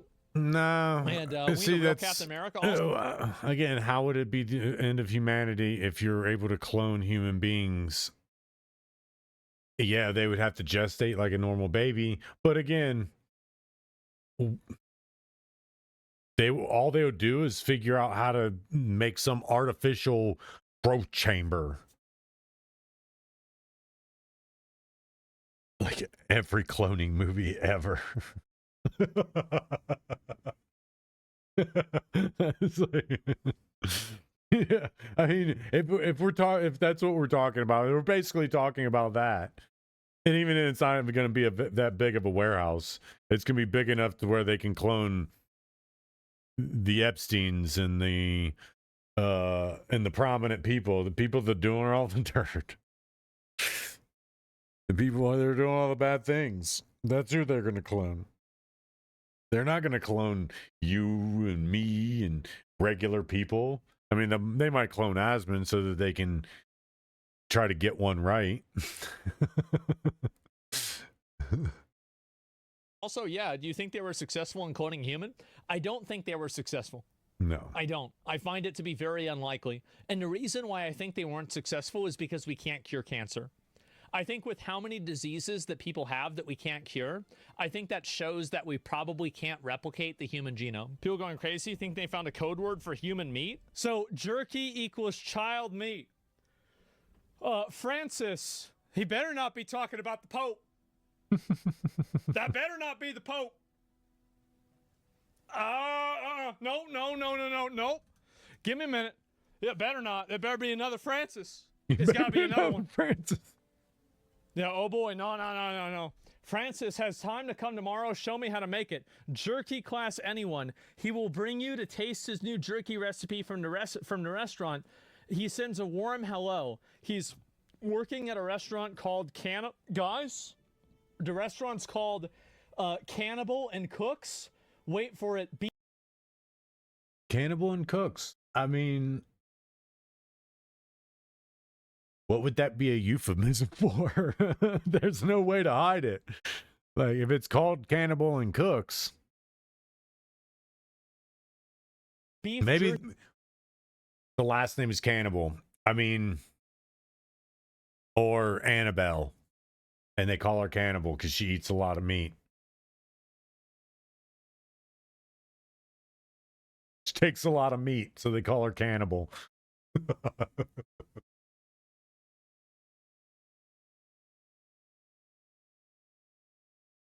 Here I am parroting the files. Turkey and steak. I'm really not. He has time at 3 p.m. tomorrow if this is okay with you. Here's what I think is really crazy about this email. The Cannibal and Cooks. This email is totally... It's... There are no equal signs. There's no bad punctuation. There's nothing wrong at all about it. And so, is it because he's doing it on an iPhone or not? Like, that's very confusing to me. Because it's normal. I mean, I don't know about someone else sent it to him. Oh, it's 2. Mhm. It's 2. Okay, I'm a big idiot. Okay, I'm so stupid. I didn't know that. I read it wrong. Okay, yes, after blank leaves, can blank make some jerky? I think we should landscape all around the house to use the water if possible. Lodge and ranch central if needed. If the main house is not enough. Wait a minute. Wait, wait a minute. Didn't he say... Wait a minute. Removed apparently. There's a bonfire right here. Maybe where they burn people alive. Or Making jerky. sun compass that was removed apparently. There's a bonfire right here. Maybe where they burn people alive.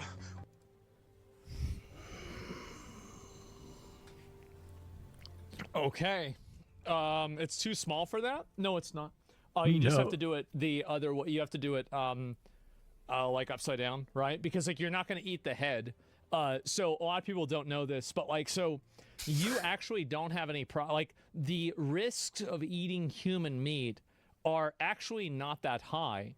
But the big risk is eating a human brain or spinal fluid, because that's obviously connected directly to the brain, because there's special different things called prions inside of the brain that can give you learned that. neurological disorders if you eat them yourself. Prions is exactly.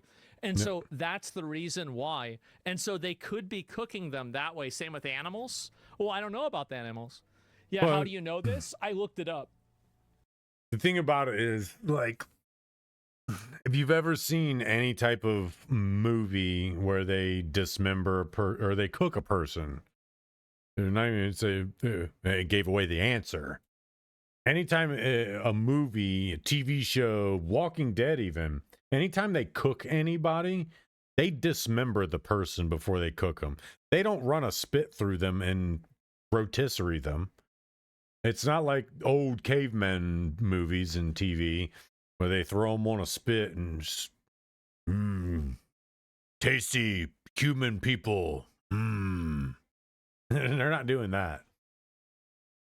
So they're going to dismember, making sure. I mean, they have medical technology. They can fly a doctor in who's sympathetic to their cause. Oh yeah, no problem. I have no problem cutting out the brain and the spinal cord and making sure that all the meat's free of any type of spinal fluid and brain matter. Yeah, sure, no problem. How do you want your steaks? Medium rare? I mean, so it's, that pit is perfectly okay. I mean, even then, what people got to realize is that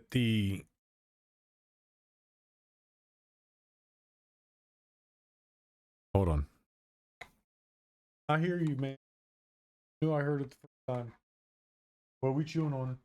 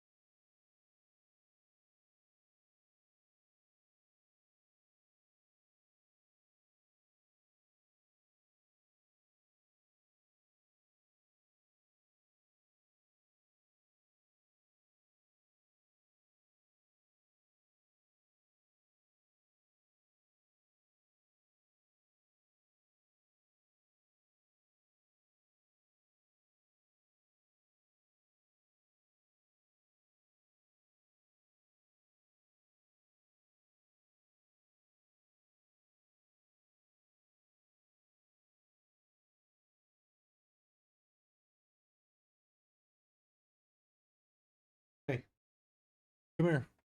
You want some of this? Cereals, you want some?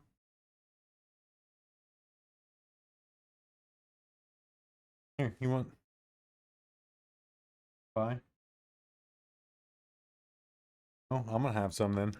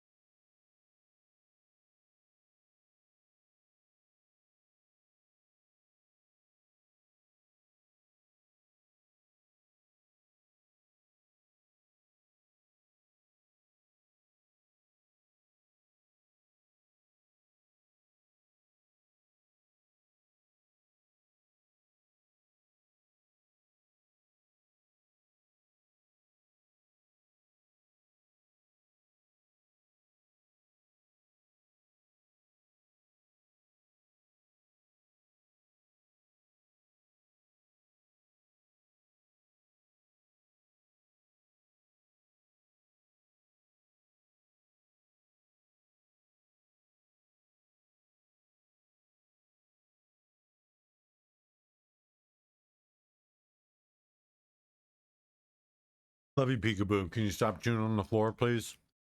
Thanks, bud. Love you. Can you stop chewing on the floor? Well, not, obviously not right now, but when you were. All the carpet I just up.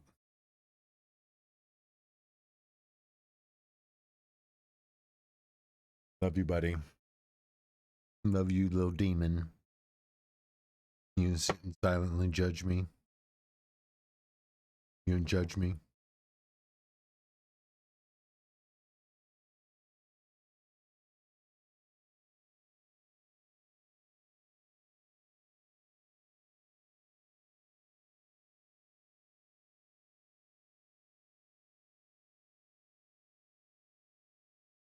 Love you too.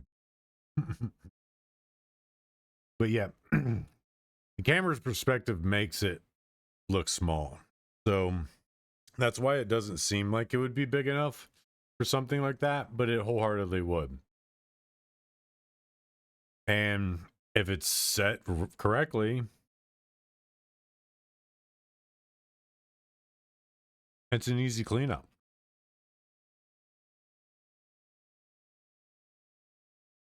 So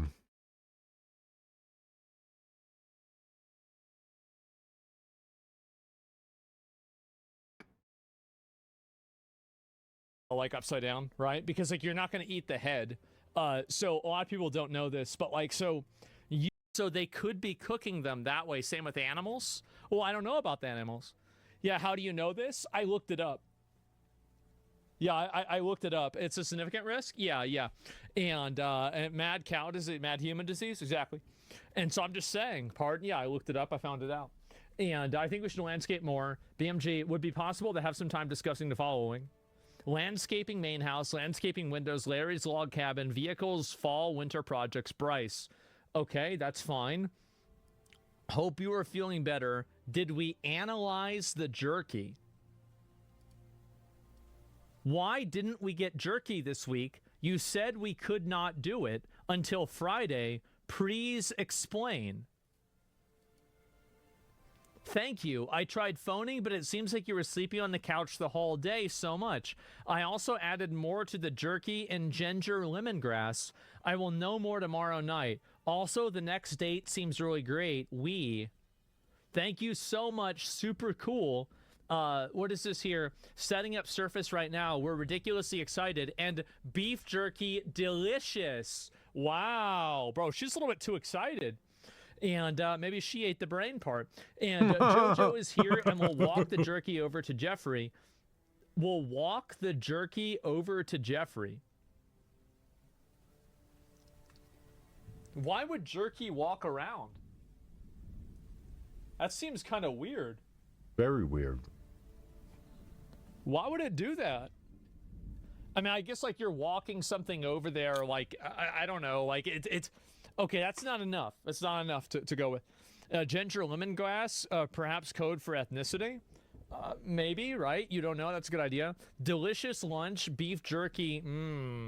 Steve and I are very grateful, above all, for your friendship. Some of these emails are so wholesome, aren't they? It's too bad they eat kids. That is the next step. Really, you know, like, what the fuck? They're sitting there like, oh, I really loved having you come here. And yeah, no, I had so much fun eating the babies and killing people with you. Yeah, I loved it. My wife did too. I can't wait to see you for Christmas. Bye. Oh, here's a photo of us in case you want to make this, have this for your wall. And it's us. Oh, wow. Like, what the fuck? Making memories, yes. Oh my God. It's normal for them? Yes. A small insulated bag would be fine.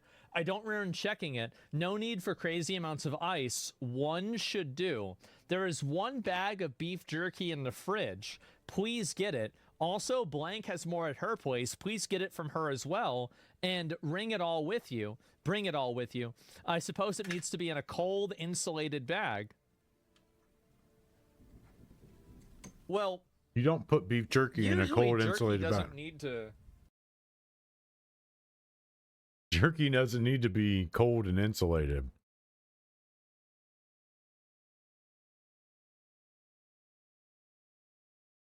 It's actually the opposite of how jerky is made.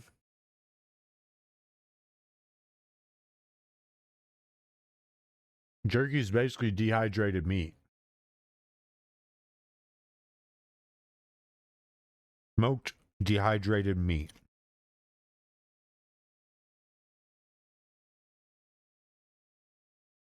You don't need to freeze jerky once you do it, once it's done.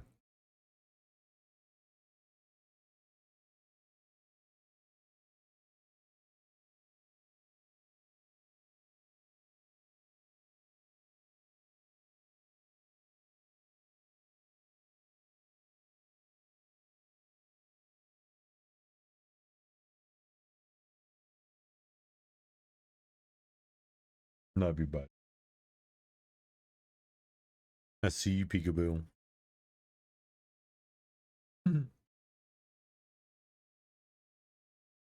All right. You're just so precious. Help it.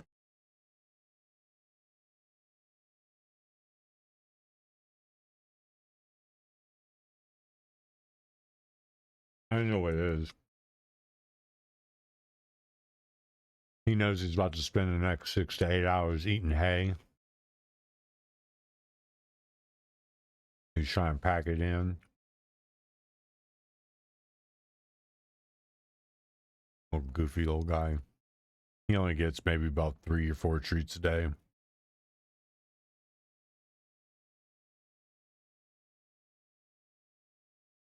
And they're small, tiny little guys.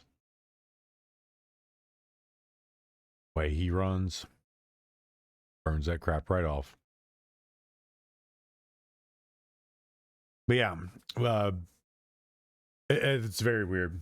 It's very, very weird to say stuff like that about beef, things like beef jerky. Because beef jerky doesn't need to be cold, doesn't need to be in an insulated bag. Yeah, it's really weird to put in the same sentence with beef jerky.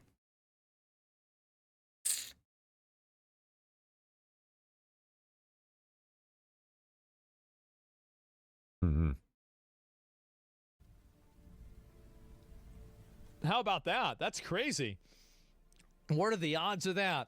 And oh my fucking god, beef jerky shoulder on the shelf. Yeah, I mean, guys, I think I gotta put this in the refrigerator. I had no idea about this. Oh my god. So yeah, coolest cold word. I don't know. You can't eat beef jerky anymore. Yeah, it's not even refrigerated. And do you mean, what is this here? We talked about this at the ranch. Why isn't it done? Damn. Steve needs a 6 to 8 ounce portion of jerky. I gave you all the jerky we had, roughly 2 pounds, and it lasted only half the amount of time it was meant to. I felt like it was more important for you to have the jerky to eat during my time off. My plan is to make a batch before I leave for LSJ, and some of that will go to Steve, and the rest will go to you at LSJ when I arrive. Little St. James Island. Mm-hmm. That's what LSJ must mean. Oh, that's the... So wait a minute. So that means that... So logically, that means that they were doing this off of the island. Mm-hmm. They weren't doing this on the island because I will make a batch before I leave for. So that would imply that he's somewhere else. Yeah. Maybe he could be at the ranch. That's Probably at the right? ranch. And, oh my fucking god, or the fire pit? Yeah, it's Zorro Ranch, exactly. Do you mean prepared only 3 ounce per day? Steve Hansen is sending jerky to your attention overnight? Just wanted to touch base about jerky.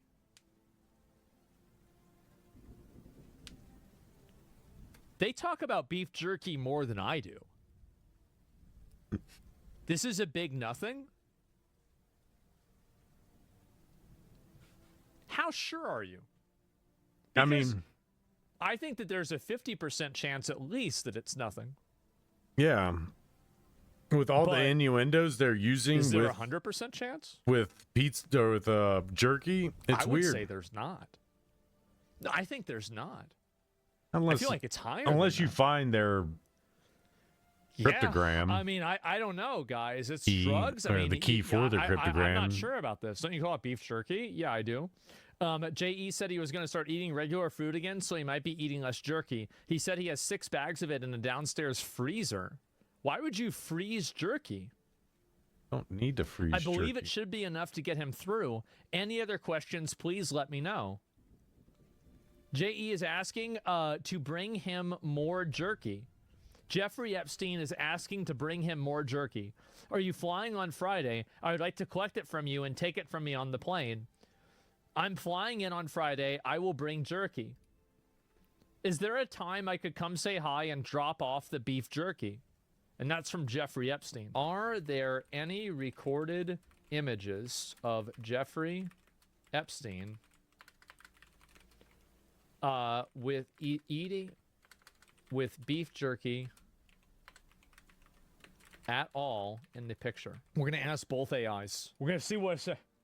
We're going to see what it say. No.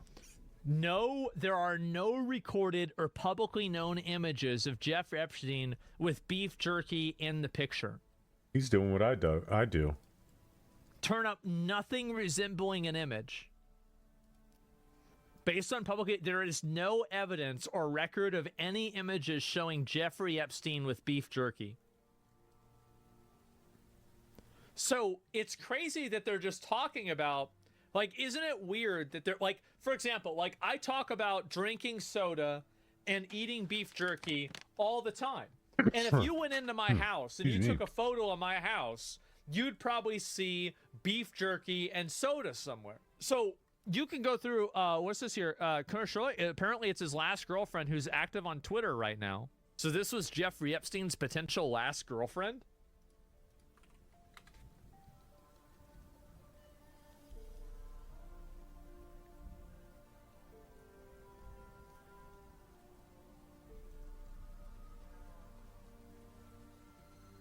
What? I read that. We do not need to show us on. Wait, what is this? She's the jerky supply. Well, wait a minute. It's highly addictive if it's 6 days. It's an old account. Yeah, joined November 2017. One username change sent last on November 2017. So it is. How do we know who this person is? I'm not seeing her name.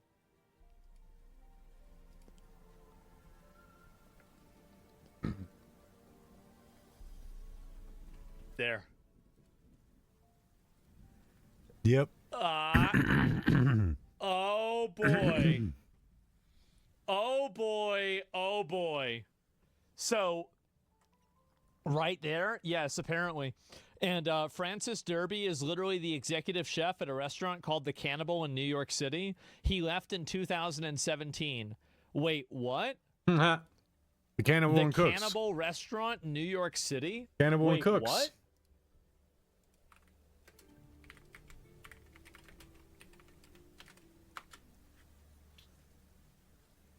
Hold up.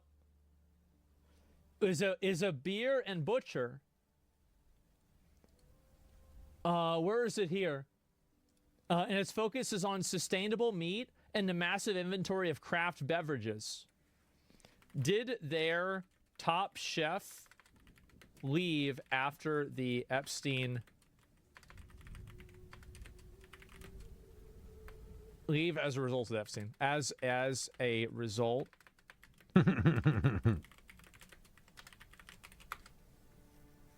There's no way, right? Jim and I won't answer that. There's no reference. Francis Derby. He left in 2018 simply to return to Long Island. Okay, so he's not... Okay, that's interesting.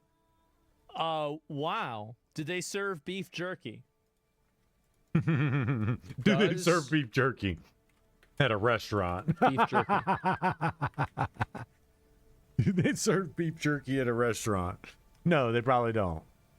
It was now famous for its extensive house-made charcuterie and offered wide variety of snacks. Charcuterie traditionally meats. Focused on fresh. I stand corrected. The standard. Again, rather than dried beef jerky, they served a more traditionally focused meat. The charcuterie board meats. Smoked meats. They frequently serve this traditional German semi-dried sausage, which is similar to the texture of high-end jerky, but often more moist and smokier.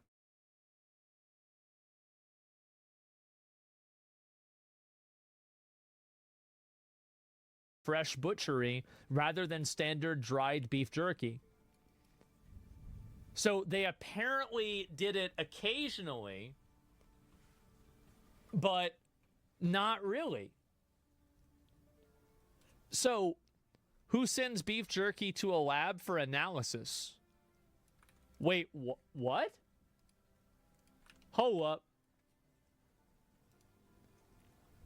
Jeffrey Epstein to Steve Hansen. Old saying, dog ate my homework. Well, the dog ate the beef jerky. I was looking for the beef jerky as I knew it was in my suitcase, and I thought that maybe I left it on the beach, only to find a small plastic bag near my dog's bed. Hence, no beef jerky. I'll email Francis to make us some more, as I need 6 to 8 ounces to send to the lab, and I'll forward to Francis the info to send to the lab directly. I think something's going on. I do. The lab is another code word? Well, you'd have to have repeated uses of it in ways that are inconvenient or confusing. Mm-hmm. So that's it. Is this beef jerky was adrenochrome? No, I don't think that's it either. I'm just like looking at everything. It was legit. So what else are these people saying about People jerky. 6 bags of beef jerky in the downstairs freezer. Why would anybody freeze beef jerky? Epstein said he was going to start eating regular food again. How is beef jerky not regular food? I am going to give this a point of credit, okay? Is that there are a lot of people that really eat a lot of beef jerky, and it causes digestive issues and problems. And because of that, they end up, you know, like going back to eating normal food after that. How do I know that? Nobody knows. It's a mystery. And so anyway, Maybe yeah, because Bill he eats Tom can lots be of beef frozen. jerky. Yeah, I think that's like made out of frogs, And he's right? got digestive Nobody's problems. been this excited about jerky. I have. I've been even more excited about jerky than this is. Yeah, I mean, what are you talking about? Demons eating missing children sounds closer than the alien disclosure. No one walks over beef jerky, and you sure as hell don't need to keep it in a cold, insulated bag. That defeats the fucking purpose of beef jerky. This Francis guy is super hard up for some beef jerky. No one is that into beef jerky. These people are legit demons. I'm surprised MSM has not rushed to slap the debunked label on all of this like they did with Pizzagate a decade ago. I think the real reason why they can't do that is because they know that it's just too much. Anyway, I'm surprised. It's crazy how they haven't said anything about this. Francis Derby was a chef at the Cannibal. I was not ready to read this. This is the worst thing I've ever seen. No, it's not. It's not even close to the worst thing. Like, oh, wow, they're eating people? Duh, of course they eat people. Like, that's not even that bad. I mean, Like, it is really. It is pretty bad, seeing as we don't need to eat people. I would say it's not that bad if we had to eat people as a way to survive, but we don't need to eat people as a way to survive. So it's kind of bad. it's kind of bad a little bit, especially when they're babies and children that they're eating. I mean, yeah, it's kind of bad. Again, it's why you don't need a massive fire pit. You're eating children and babies. I mean, it's not like you need a whole massive oven. No, you put them out there with a low burning fire and boom, you got beef jerky under the sun. It just takes a mind that can think of it to kind of see what they're doing. But I've watched beheading videos. It's watching a beheading video is kind of worse than anything my mind can really come up with. I think that there's a lot of stuff that's worse than that. My mind is way more tamed than what I've actually seen. It's probably like number 5 or 6. I used to watch Faces of Death as a kid. Or not when I was in high school. It's pretty bad. Yeah. But like for Epstein, is it bad though, right? Are we really going to say it's that? The normal Tuesday for a dude like, well, I'm going to point to him because that friggin' looks like him. Whether it's AI image or not, it looks like him. But this is because it's like the newest, most recent thing that's hitting the waves. That bad for Jeffrey Epstein?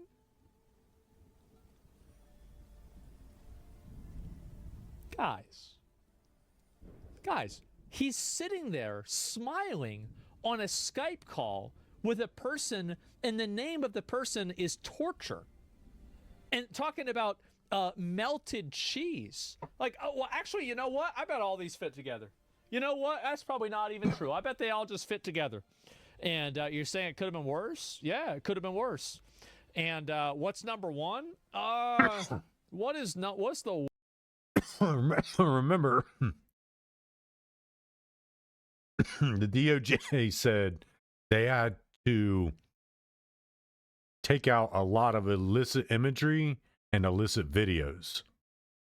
Torture and murder and roasting humans on a spit kind of falls in those lines of stuff that they can't release. So it's one of those things. You're not going to be able to see what you think you're going to be able to see. You're not going to get a view to what you think you're going to get a view to. It's just not how it works.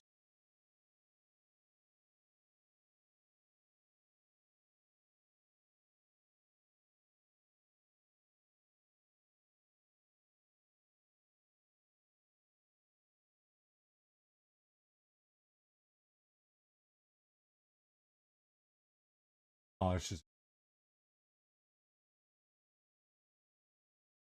duplicated video going on by you.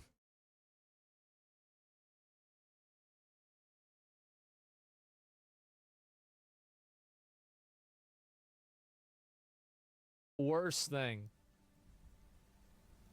I think that so I would say the worst thing. This is my opinion of the worst thing. Is that the V-Bucks? No. I think it's that the fact that they rape the young girls and then they force them to give birth and then they take their babies away and then they sacrifice the babies. I think that's the worst one. That's some demented shit. Like, personally, that's the worst one in my opinion. I'd have to agree. Right? That's and eat them. that's Right? pretty That's awful. So like, if you want to think, because I've thought about this, right? I feel like Like a everybody baby farm needs just think to about this every sacrifice once in a children? while.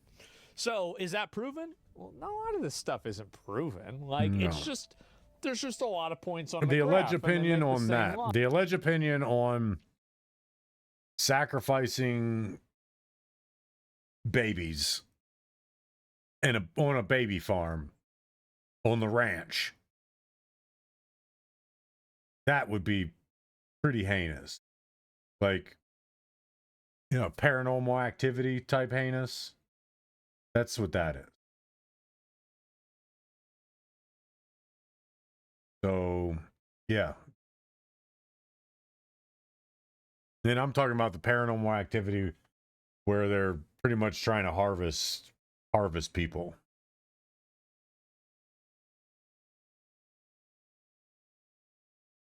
That's the one I'm talking. Fine. So that's it. And what about eating babies? You think that's number 5? Well, it's not necessarily that. And the thing is that jerky, I don't even agree that jerky would be child meat, because generally jerky is aged meat. So I would assume that they would use another term like veal or something else to talk about kid meat. So I'm not even convinced that jerky is, I think it could be human meat, but there's no definitive proof in my mind that it has to necessarily be a kid's meat. You see what I'm saying? Like, and I look, guys, I just talk about things. I do. I just talk about it. I don't have a filter on this at all. I just say it. So there might be people saying like, damn, like what people will have a little bit of shock. Listen to this. But no, I just say it is. I say that's the way it is. Jerky could be old sex slaves. That could be it. Yeah. I mean, it could be something like, it could be like a life cycle, right? Where like, yeah, that could, no, but usually I don't know. I mean, the ounces of it too, not 6 to 8 pounds. It says 6 to 8 ounces. So like theoretically, right?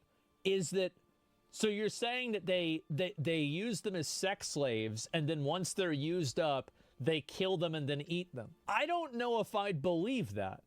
And I'm going to give you the logic of why I wouldn't immediately believe that. It's because there's like an unspoken, actually it is a spoken rule.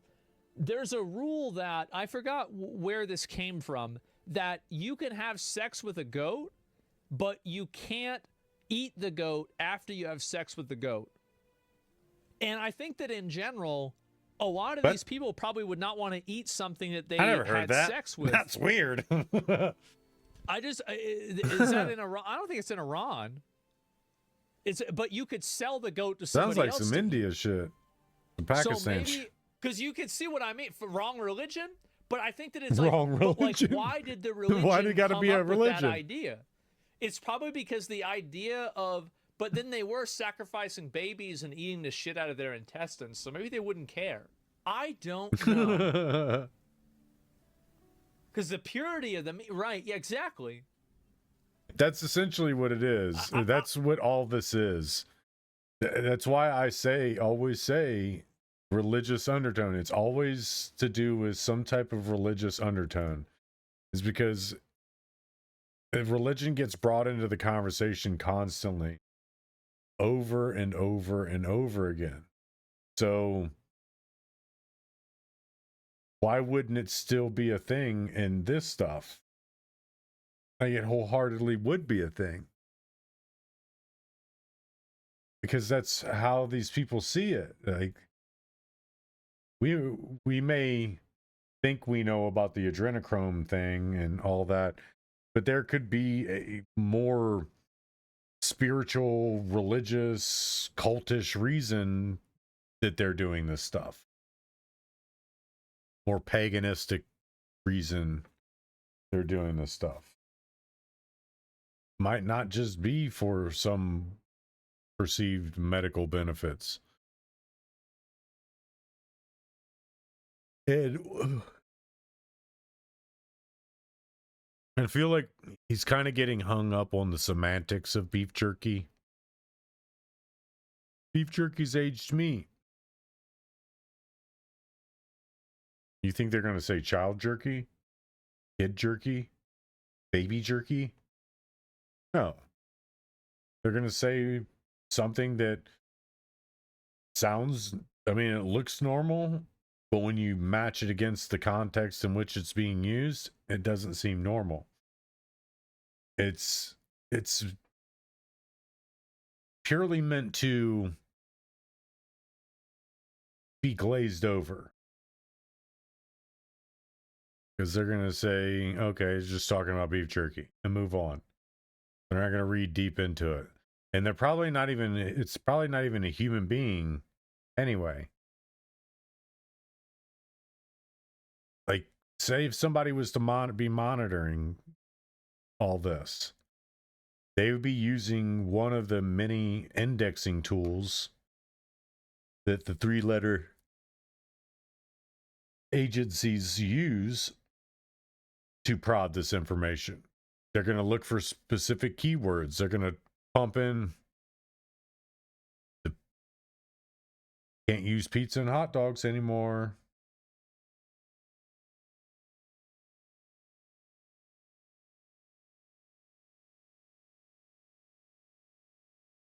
So again, it's one of those things. They had to change their vocabulary because their other vocabulary was figured out. If the world realized that they're no different than even the dumbest PDF criminals. So yeah, wholeheartedly. I don't know, because like it's about figuring out the logic for this, right? And it's used as an insult. I'm just thinking about it, right? I'm thinking out loud. I apologize. Conversations left the rails. It's about wishes. Moloch, Baal is a genie personification too. If it's human meat, it's probably baby's meat because of the amounts and the scarcity. Well, you also got to think about the context in which it's being used as well, and the amount of urgency that's put in it. The urgency, the making it seem as though the dog eating it is not like it's eating my drugs and it's going to hurt the dog. It's now I don't have my drugs and it's hard to get my drugs. That's the context in which the dog thing was being used. It wasn't being used in, oh, I had to go, my dog ate my jerky. Now I got to go get more jerky and make sure the dog is okay. It's pretty much, I had to go get more jerky. I need somebody to bring me more jerky. The context that it's being used is being used in more of a drug sense. What somebody who's looking for drugs would say, or their dog ate their drugs would say. Not and the difference is in drugs sense, you would see part of that as saying I had to take the dog, because that's, if you're talking about drugs to another person that knows the code for drugs, and you reference your dog eating the drugs, yes, you're still going to want to keep it as masked as possible, but you're going to alleviate any extra emails back and forth by adding that into the first one. You've already referenced the dog eating the drugs, and now the only thing left is I need more drugs, and to for the next email to be just a that sucks. Hopefully the dog's okay. I'll make sure somebody gets some more drugs out to you. And that's usually how the series of replies would go. If it's about drugs. And it would be kind of the same thing as we've seen. It would be almost the exact same thing as we've seen.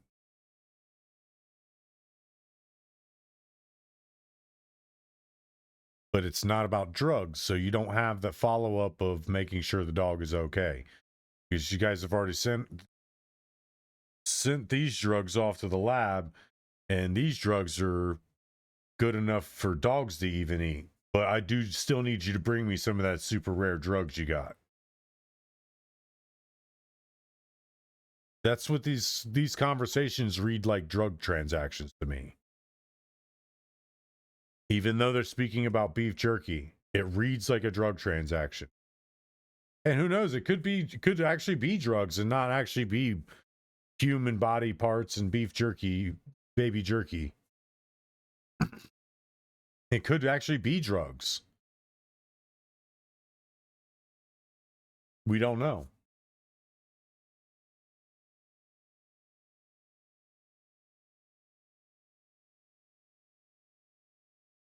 Yeah. It's actually part of the entertainment of it.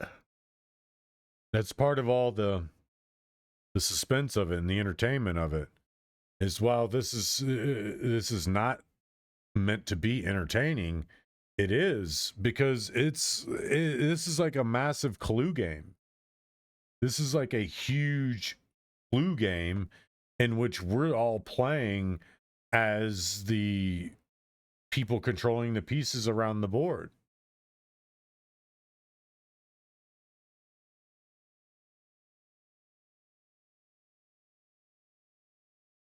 That's where the entertainment comes in.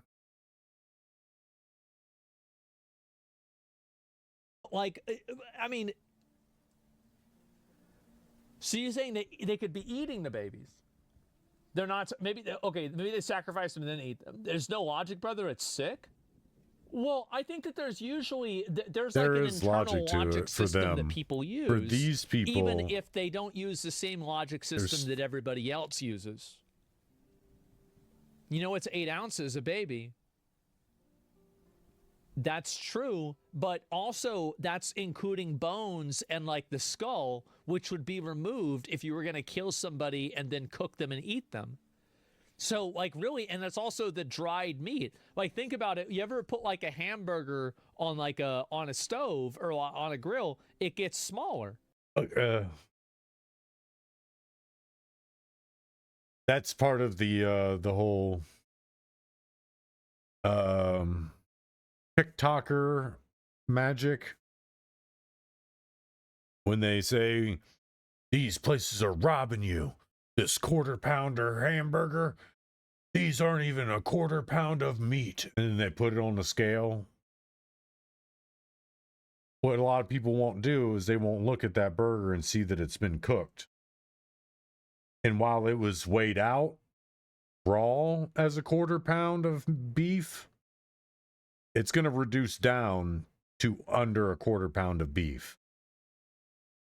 And for a restaurant like McDonald's or one of those places that serves tons of quarter pounders,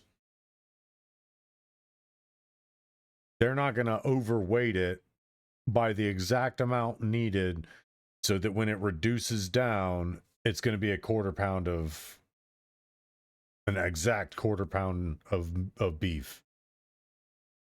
It's not false advertising. It's just food science.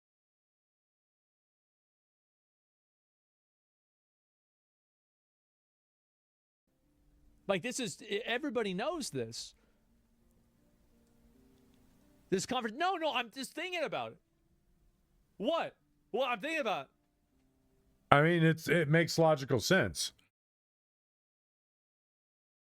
Which again, it actually brings a weirdness to the credibility. Flip that back up, flip it and reverse it.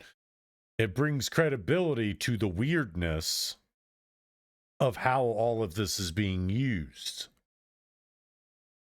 And I think that's kind of what he's also getting at, is that even though, yes, we're diving down this weird path with trying to figure out, like, if it's if they're actually talking about babies or kids or people, because with beef jerky and this, even diving down with the semantics pieces of it,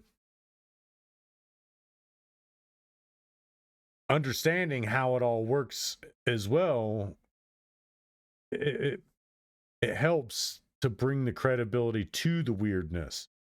Because when you think about it, it brings credibility to why they're so urgent in getting their bags of 6 to 8 ounces of jerky.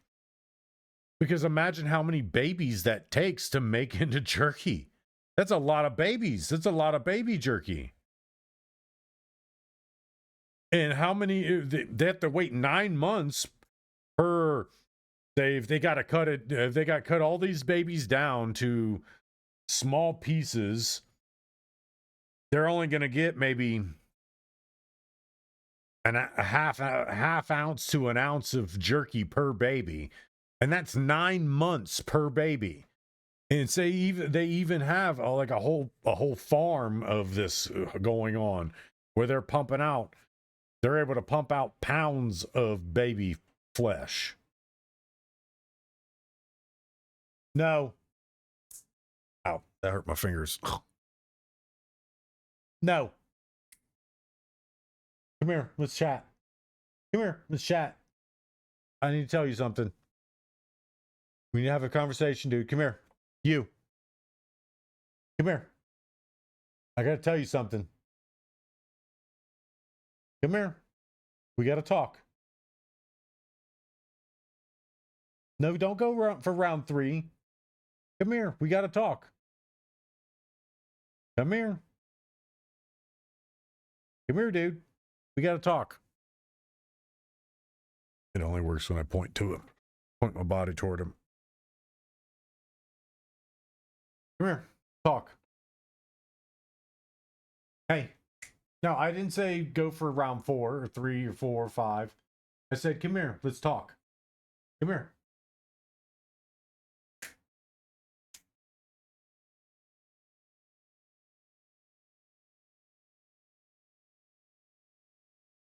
Fingers are hurting, man.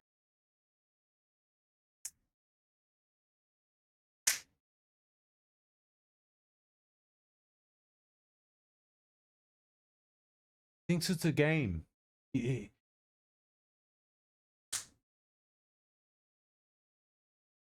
Tries to get in a bite before the snap comes. Come here, dude. Let's chat.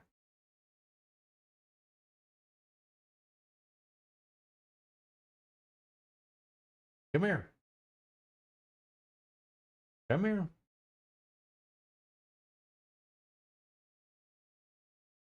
Come here. Let's chat.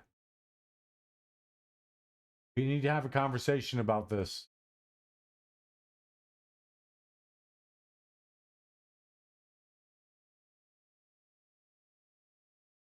Come here. Come here, peekaboo. I see you. Not hiding. Come here. Let's have a conversation. Chat. Come here. Let's chat.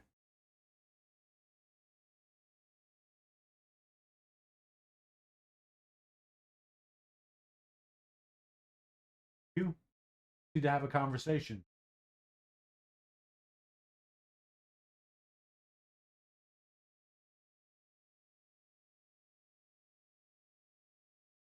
Yeah. You not do that? You're not gonna avoid shake at.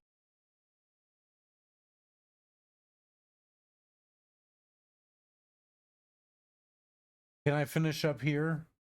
And then I'll chase you around. Again, it's one of those things they tell you when you adopt them. Now, make sure when you play, you don't chase them and try to be too aggressive, because then it keeps them frightened. Then explain him to me. This guy, he does nothing but want me to chase him around. That's why he chews on the walls and the carpet. It's because he wants me to play and chase him. He likes being chased for some reason. I don't know why. So ladies at the Ohio House Rabbit Rescue, please explain to me why my rabbit wants to be chased. He likes being chased. And that's why I keep saying that I need to get some cameras to put up so that I can feed them to my stream so that you can see it. So that when I go walk away, you'll see him follow me. And then as I'm coming back, he'll run from me and then run back to me. Because he wants me to chase him. The moment it took me so long for him to come over to me, because he knew he wasn't going to get a treat. And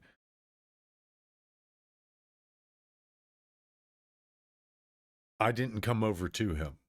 If I was to come over to him, if I was to have gone over to him, he would have taken off running, ran a lap, run back to my legs, and basically saying, chase me, I want you to chase me.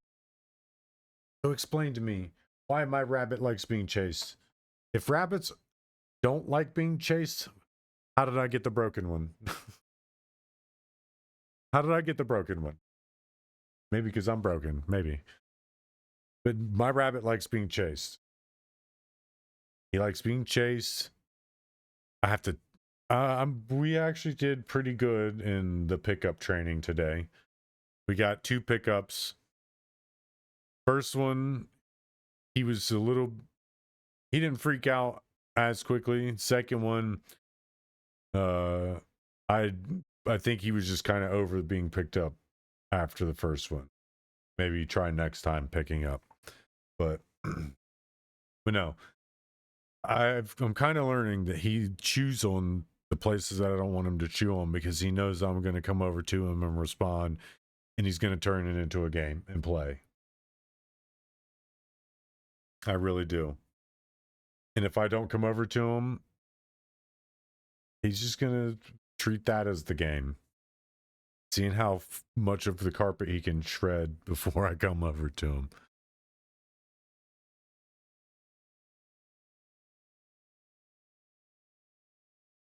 Such adorable little guy. I don't know how he got cursed with me, though.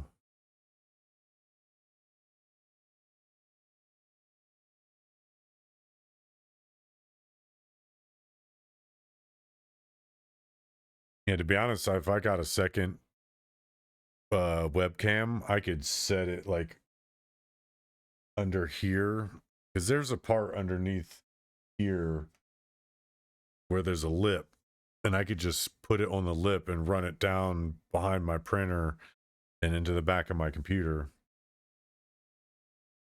and have at least one screen where it points down to where you could essentially see him running.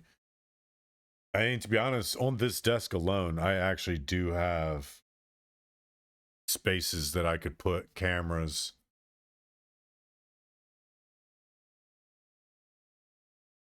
Where, yeah. I could put cameras to where it would give a view toward the front door behind me, down that way, pointing down the hallway. I mean, you see my kind of messy table, but whatever. I don't have a lot of shelving and space to put stuff. I live in a janky semi-ghetto apartment. I say semi-ghetto is because I live around a bunch of foreigners, and they haven't really overly ghettofied it like a lot of super ghetto places that I've lived. But it's still pretty ghetto. I mean, my car got stolen twice from the place. You don't see that in many suburban neighborhoods.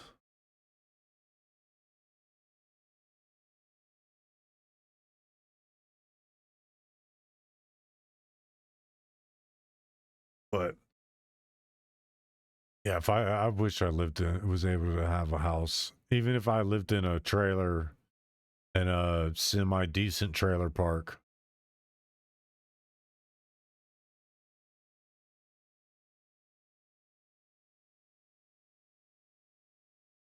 But even then, I would want some type of small piece of land to where I can have my own little space,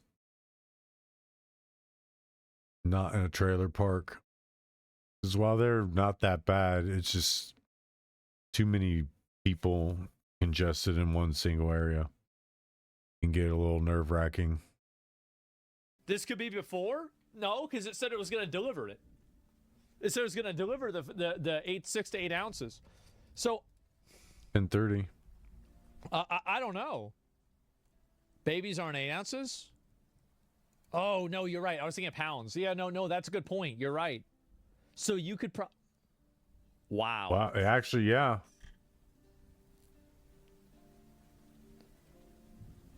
Man. I'm just doing the math Well, in my head. the thing it is depending on the baby, they could get probably about 8 ounces of usable meat out of it. It would be more, but through the process of jerky, beef jerky, it would reduce. It could potentially reduce way down to 8 ounces. Say an average 8-pound baby. It's about normal because that's what we were thinking it was. 8 pounds, not 8 ounces.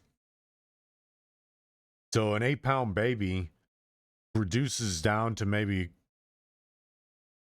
about a pound and a half of usable meat.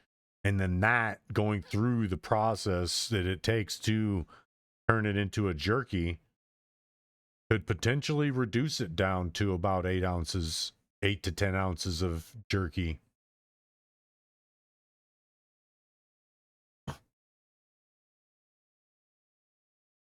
Just the thought. Ugh. Because, like, okay, this is like a South Park episode about this? He's tripping and I never on it seen now. that. He is tripping 8 on bags, 8 ounces. This is a lot. This is a lot for me to think about. Are there kosher rules for cannibalism? Well, I don't know. I mean, are cattle kosher? I have no idea. No. We're dealing with pedophiles who worship demons from biblical times that control everything on the planet, and y'all are talking about voting them out. Yeah, it's okay, guys. If you vote for the other side, it'll all go away. That's what I've I think been the sub saying. needs to change from conspiracy to That's what I've been saying. No matter what side you vote for, one of these people are going to still be in power. told you so. This is a lot, huh? Epstein's last girlfriend is posting right now, and it's getting crazier. So this is the other one, right? So this girl randomly, I don't know who this is, but people are saying this is Jeffrey Epstein's last girlfriend. Following. And this is the same Of course name. he does. he thought nobody saw that. Let me go and give her a follow real quick. I want to see what this crazy person's got to say. As inside of the files, and her name change hasn't occurred since 2017 before the files released. And she's following Stephen King, Ricky Gervais. I mean, this doesn't really mean a whole lot, right? No. I mean, I don't think there's really, I don't know why I'm not following him. And yeah, I don't know. Yeah. Straight legend of comedy. She's following Satan. And so this is what she's saying. After Yeah, she's years not of following silence, anybody the else truth, right now. She's already following Satan. Jeffrey was innocent. I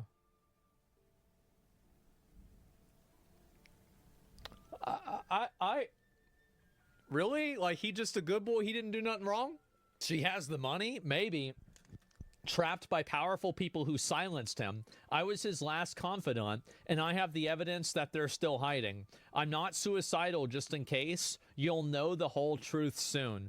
They sacrificed children to Lucifer. It's an entire cult. Jeffrey got involved in their operation for financial reasons and to obtain Combraprat, but never participated in the rituals. This is information that can be used as collateral, right? Yeah.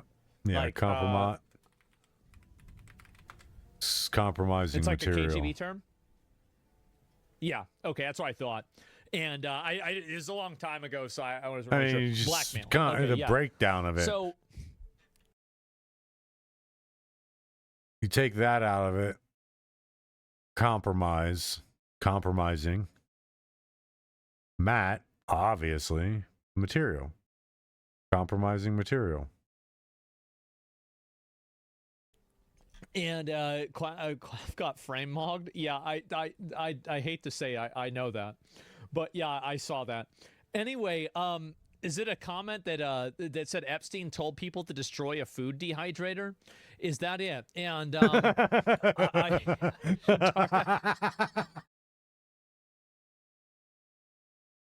Epstein got told to destroy a food dehydrator.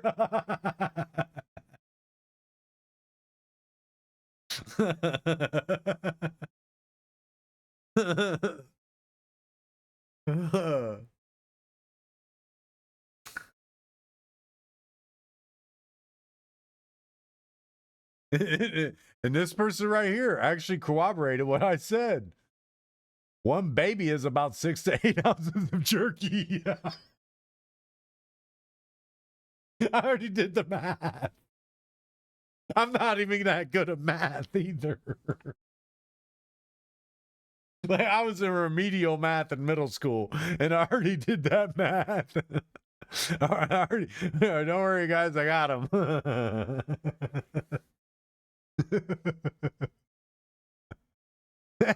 I can fix her.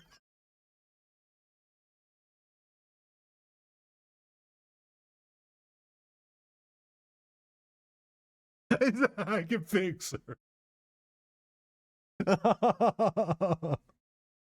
Now that's gut-wrenching comedy right there. Oh. He's blackmailing them, but they have him trapped. they got guns to each other's heads. Like, one of us is gonna pull the trigger, and if you do, I do.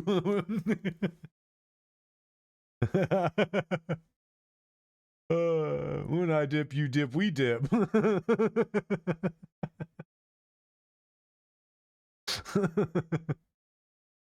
I know. Innocent, by the way. Guys, I'm just not sure I believe in this. Here's the reason why I don't believe it.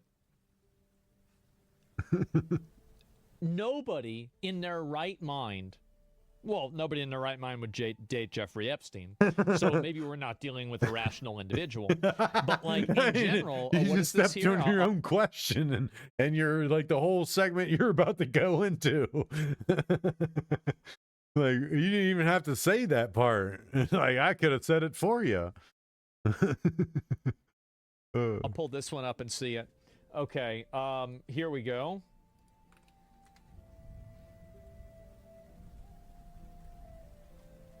So she could just be a simp. She is a simp. Stockholm syndrome simp. That's crazy. She cooked in the brain? Maybe. I mean, it could just be an obsessive girlfriend. I feel like there's not really a whole lot else to the... That's the girl you see in the movies who's got the diary front to back.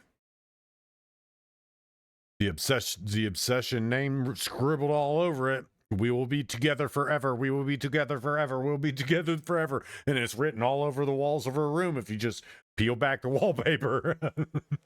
And that's why they got wallpaper in her room, because the parents got tired of painting over it. So they're like, shit, we're just gonna put up wallpaper. She can't write on that. Give her a journal instead. And she's unscrawled all over it. Yeah, that's what this guy is giving them Carrie vibes. that. So yeah. That's Stephen King. Carrie is Stephen King's work, I'm pretty sure.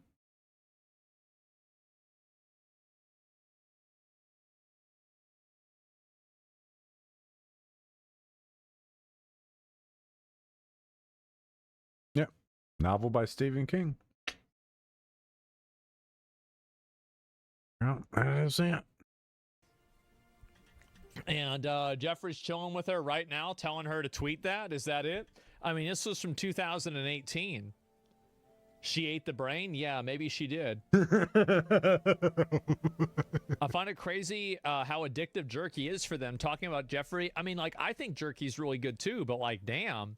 Yeah, they're getting intense. Man. I mean, again, that's people only talk that way when when they have an addiction.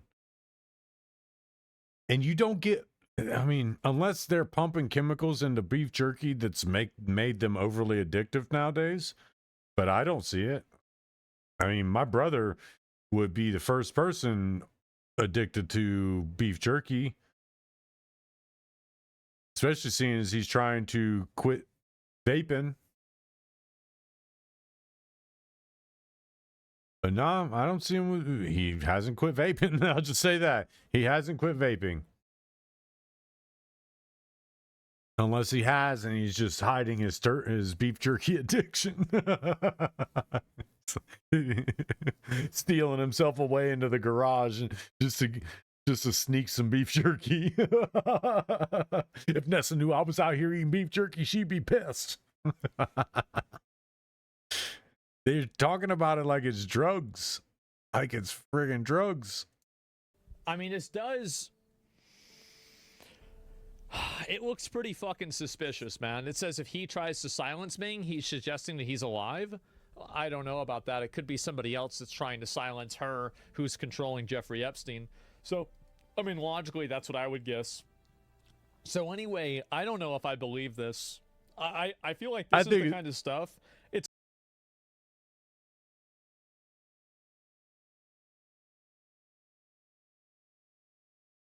The thing of it is,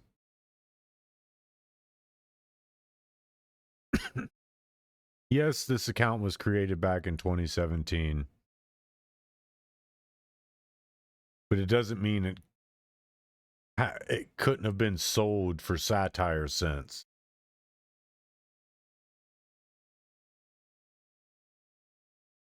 X accounts definitely sell for satire. She's got 3,100 followers. This account's got 3,100 followers. Even if it's not her saying stuff like this from somebody who's has that connection with Epstein, there's a lot of eyes on this. At least money-making eyes. Enough eyes to keep somebody paying their bills. It's not tens of thousands, but again, this is a satire account meant to keep the Epstein conversation going in the wrong direction, but still going. because the people who are looking for answers need a path to follow. And what better path to follow than somebody who is implicated, well, not really implicated, but who shows up in the files, even in the craziest of ways. Or at least looking the craziest of ways. It's kind of like the Fortnite account where it's really entertaining to talk about, and it's a funny little, basically rabbit hole, but I don't really know if there's anything to it. No. There's not like a lot more like, oh, wow, like this is some kind of crazy, smoking gun, and she's going to come out there. X warns you that the account used a proxy or VPN when you click on a country of origin. Yeah, I saw that before. Jeff breaks up with Maxwell in the most elaborate way possible so he can get back with his ex. Yeah. And Code. Yeah, I don't know about Big Brain Moment. Maybe everyone says Epstein emails. Why don't we see any text messages? We did see text messages. It says sent from iPhone, some of these. Yeah, what do you mean? Like, yeah, some of these are text messages right now. Yeah. Like, I don't know what you mean by that. And also, a lot of them probably use it through email. And the deep state's just a network of elites who hold all the cards and pull all the strings. I don't know, man. I can't stop thinking about the Epstein files. Bro. Again, this is...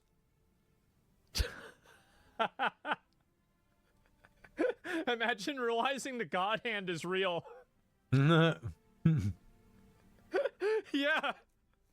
It's like you read Berserk or watch Berserk. It's like, damn, this shit's crazy.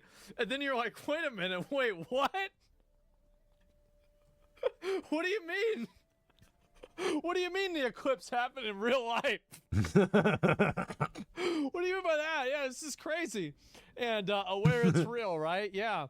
And I knew Griffith was in the files. Yes, exactly.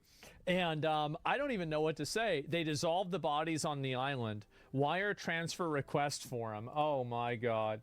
And oh, goodness. Eclipse happens every day. Yeah, apparently. And 65-gallon... Damn.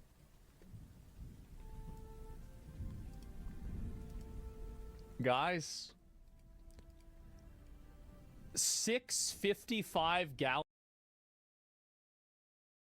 Yeah. If anybody that's ever seen the Iceman documentary, wholeheartedly, a human body can fit in one of those.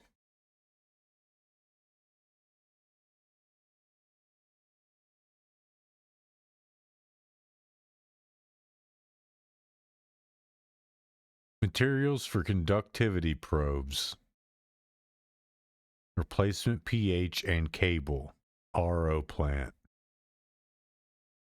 I mean, unless otherwise scrutinized, a normal person working intake isn't really going to know what any of that really means. They're just going to think that they're a bunch of scientists. Gallon drums, sulfuric acid with fuel and insurance charge. They are dissolving bodies. No, they're not. So, wait a minute. Materials for conductivity probes.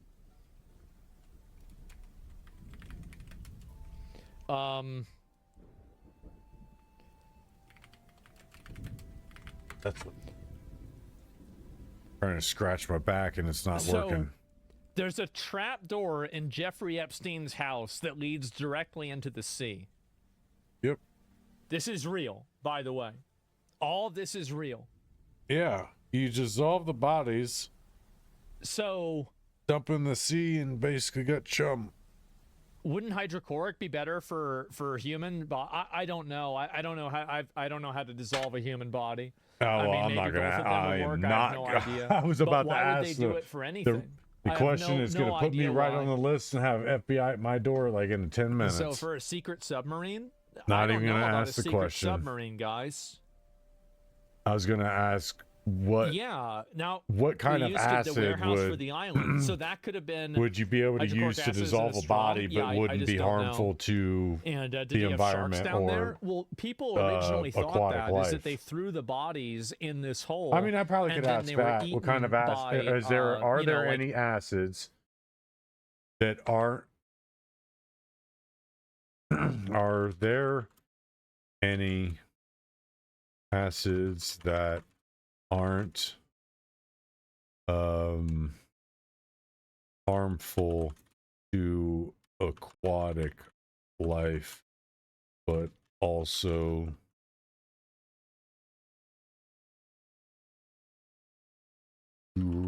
corrosive to human tissue and bone?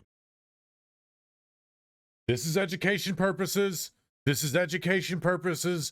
This is the evidence. This is education purposes. This is education purposes.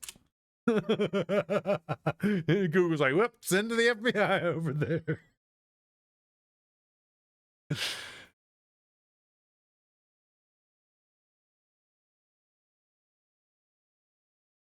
Okay, so there's not really a.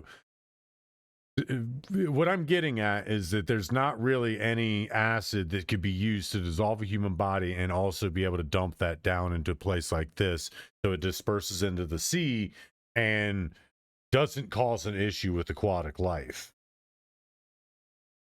That's what I'm getting at.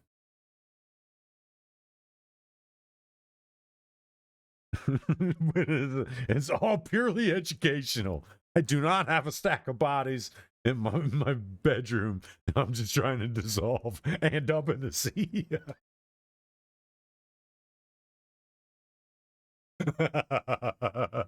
I'm not trying to dispose of bodies in the sea with acid. It is purely academic, as Slughorn would say.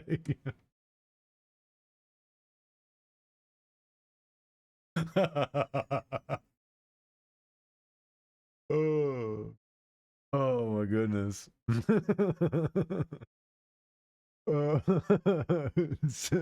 So do not come after me, and please don't put me on a list. I'm just asking questions for entertainment's sake and purposes, and purely academic, education purposes, entertainment only. All the disclaimers that don't get me on a watch list. I'm making them right now, and I am not suicidal. I am not in danger of harming myself or others around me.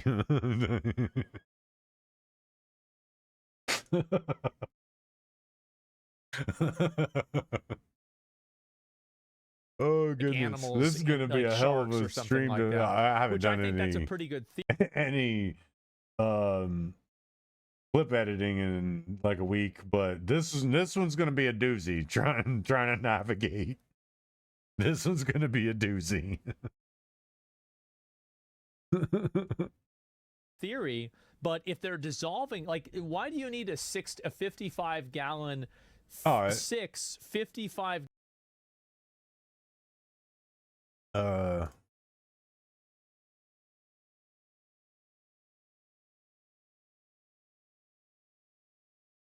this documentary right here. Maybe not this one. Actually, no. It would be this one.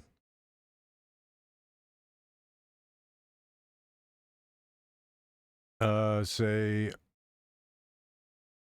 Iceman 55 gallon drum.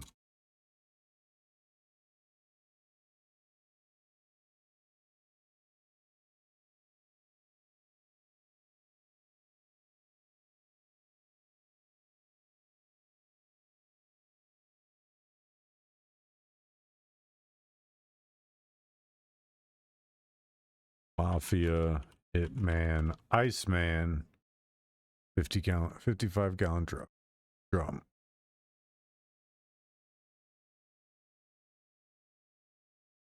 Trying to find a part that they talk about it, because I know in the original documentary from HBO, they talk about, they go into it.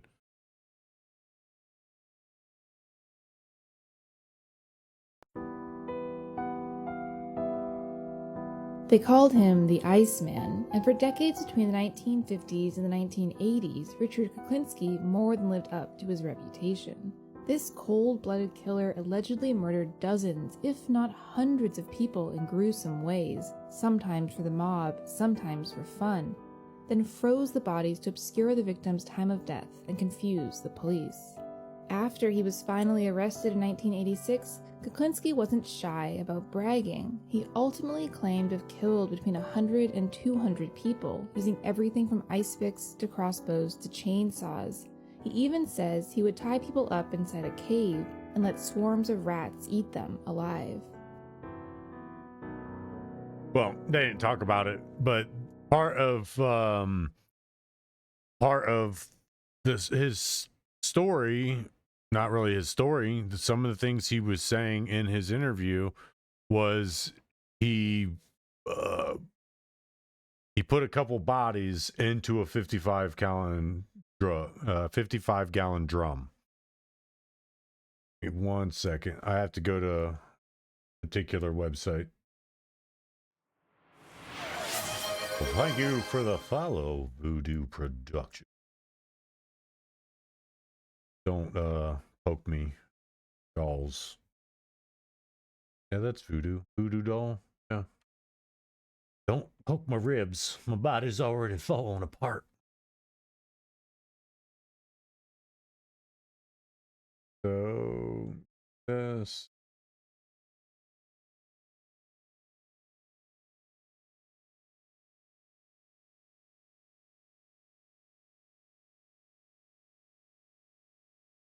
I know it's on one of these websites because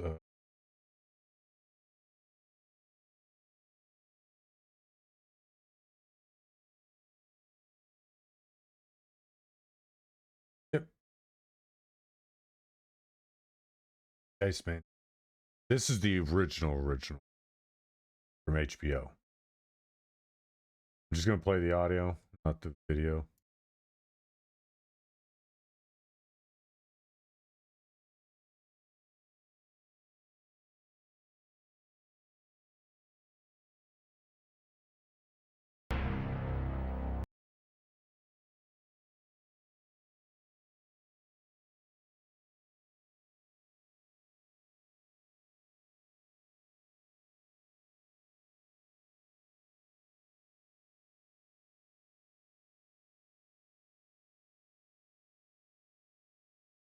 Take my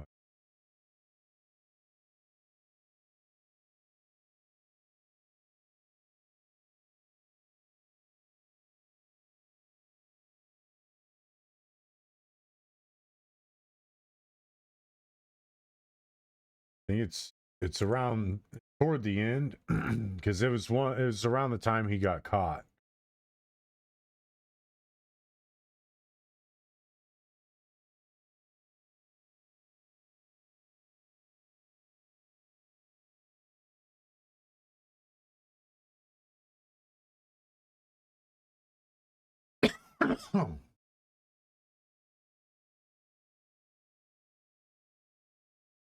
Let me ask Google.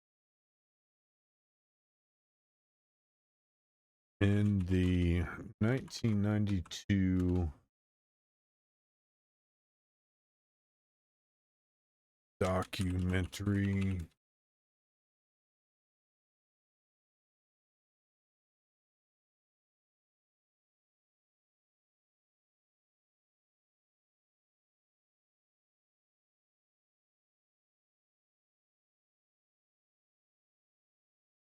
about what I'm in the video.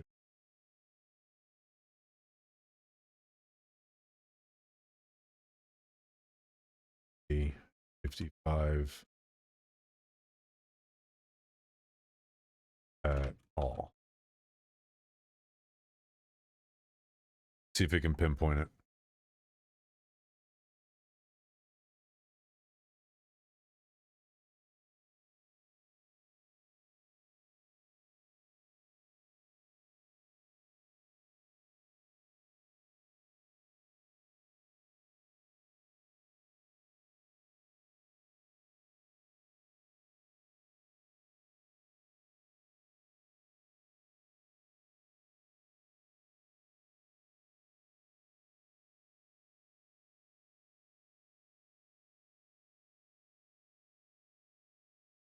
He disposed of people in barrels. He wasn't dissolving them in acid. He was freezing them to throw off the,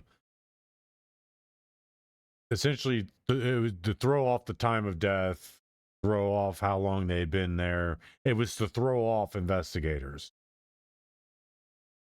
and coroners. So a 55-gallon drum can take an adult human body. So it can take quite a bit of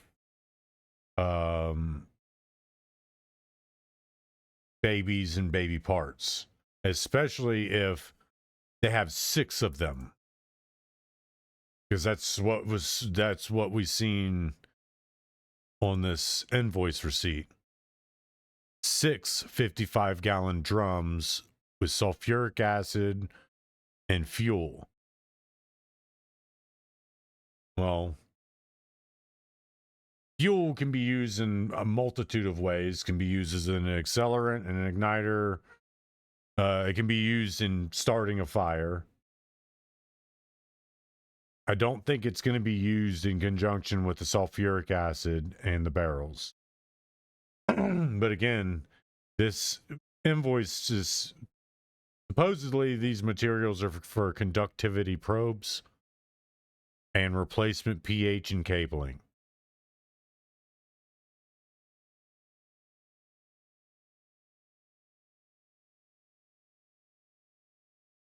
But again, I don't really know what's involved in a conductivity probe. I don't know what the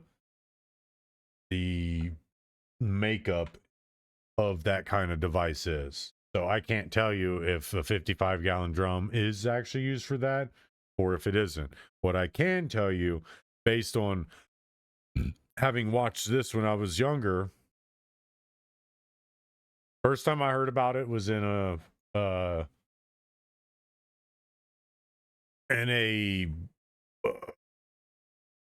class in high school. I think we were talking about it was my American history class, and we were talking about mafia and one of the most prolific hitman of American history.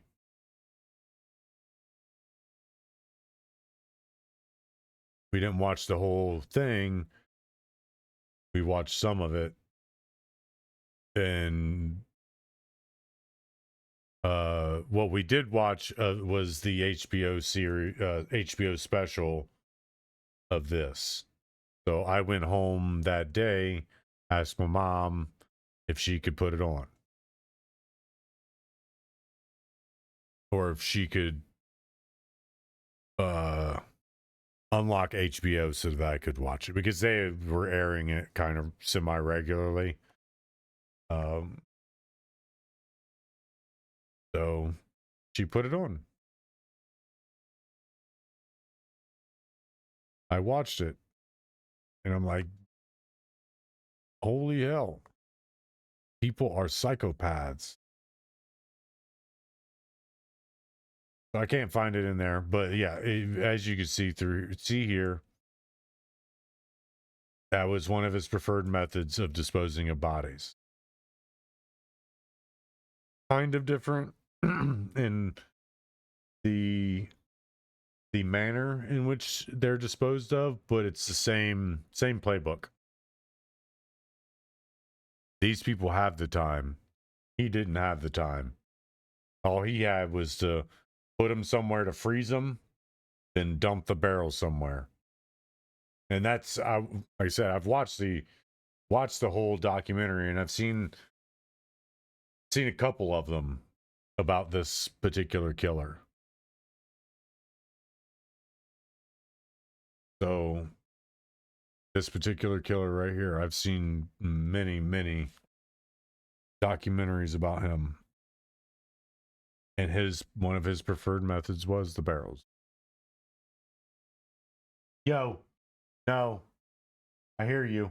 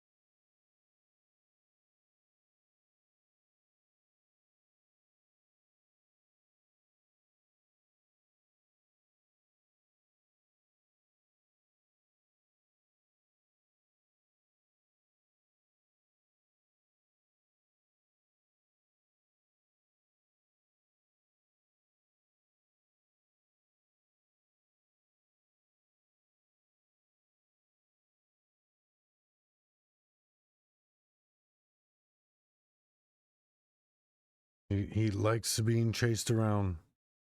Some reason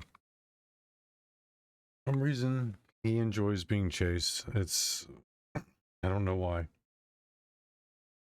It's opposite of what he does, what rabbits do. They don't normally like to be chased.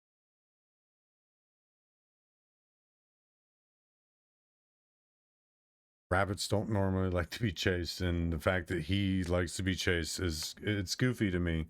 I don't understand why. But again, this is exactly how these people operate. Of sulfuric acid. Like I don't see what you would do with that.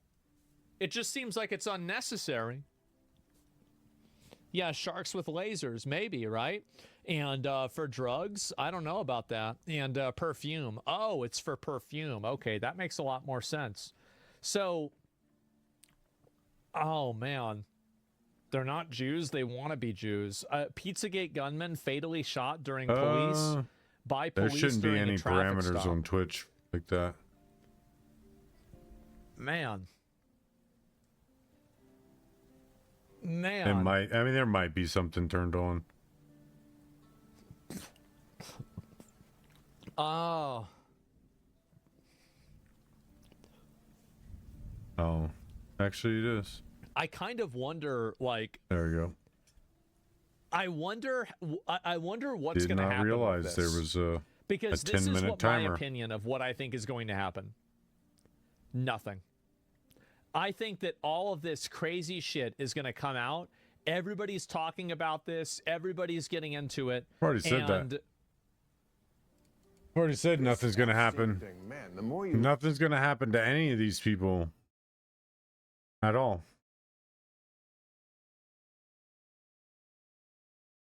Yeah.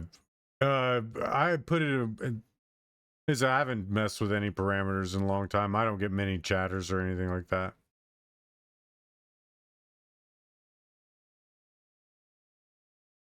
Thought I said it 3 seconds.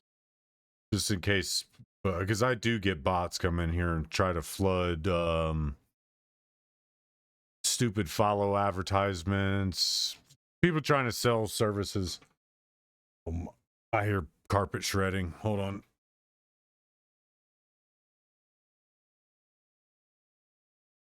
They're chewing on that TV.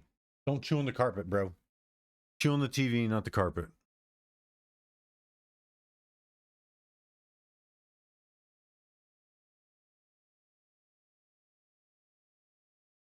Yeah, my rabbit, he chews on stuff and things that I'd prefer him to chew on and not chew on. The carpet, I don't want to have to replace carpet. I know how to do it, but I don't want to replace carpet. I live in an apartment. Chew on the TV, chew on my couch, chew on my bed. Don't chew on the carpet. It's not mine. Yeah, nah, he's had his food for the day. He don't want to eat. He don't want to eat any.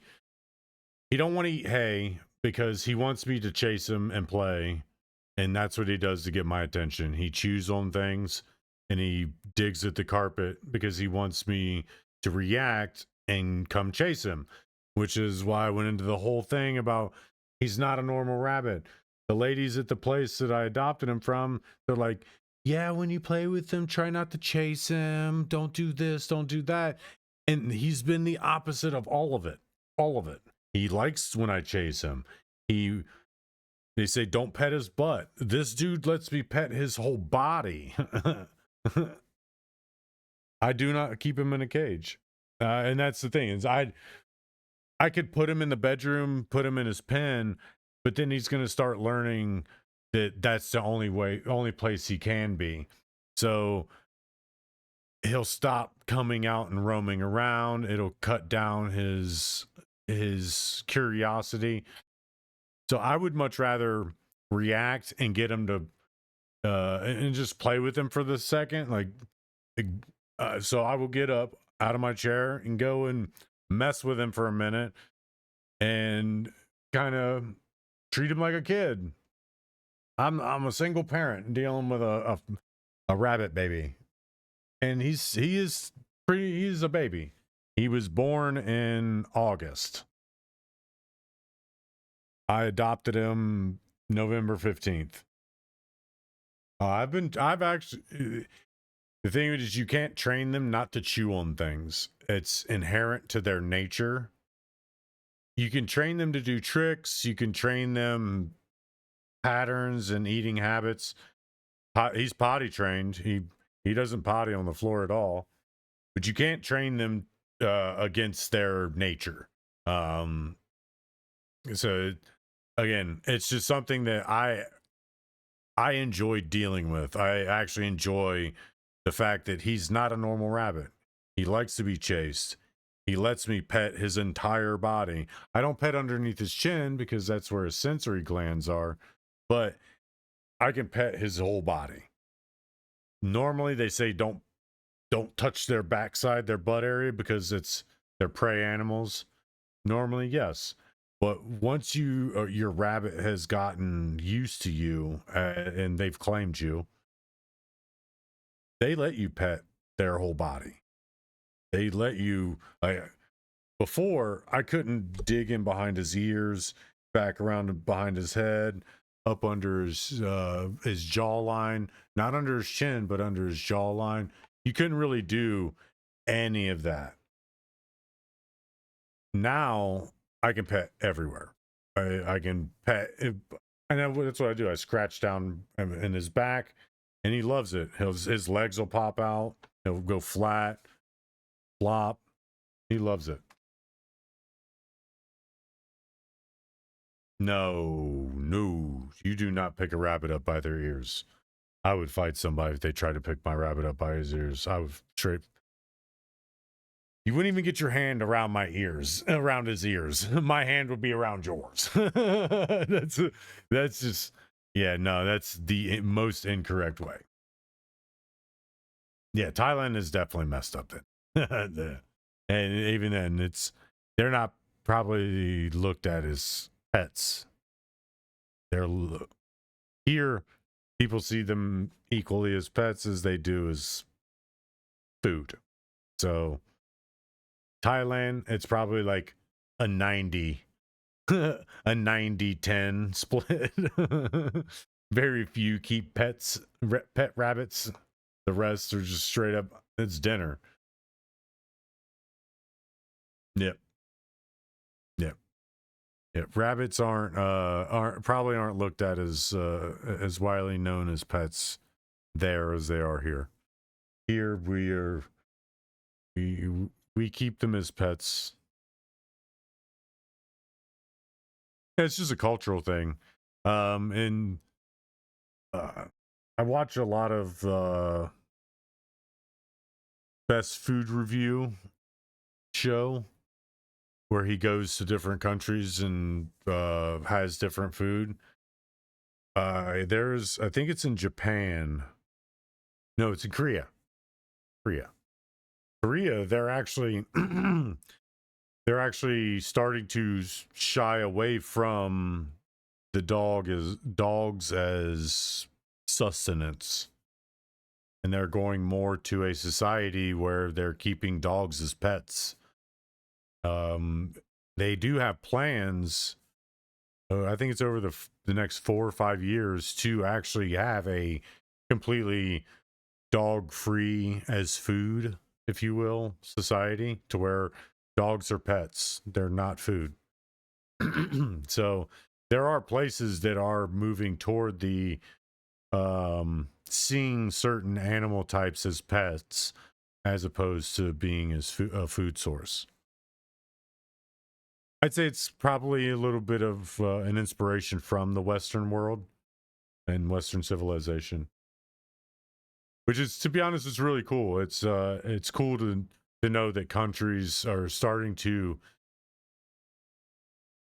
get away from things that otherwise don't carry that much benefit. Like, yeah, you can eat dogs or sustenance, but how much more beneficial is eating a dog over eating something else that you can actually, it's more raised for that? Dogs yeah, I'd say it's not a modern era thing for dogs to be raised as a food source.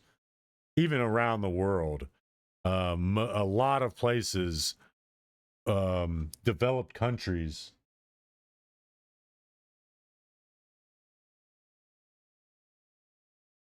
Sounds like he's on the TV.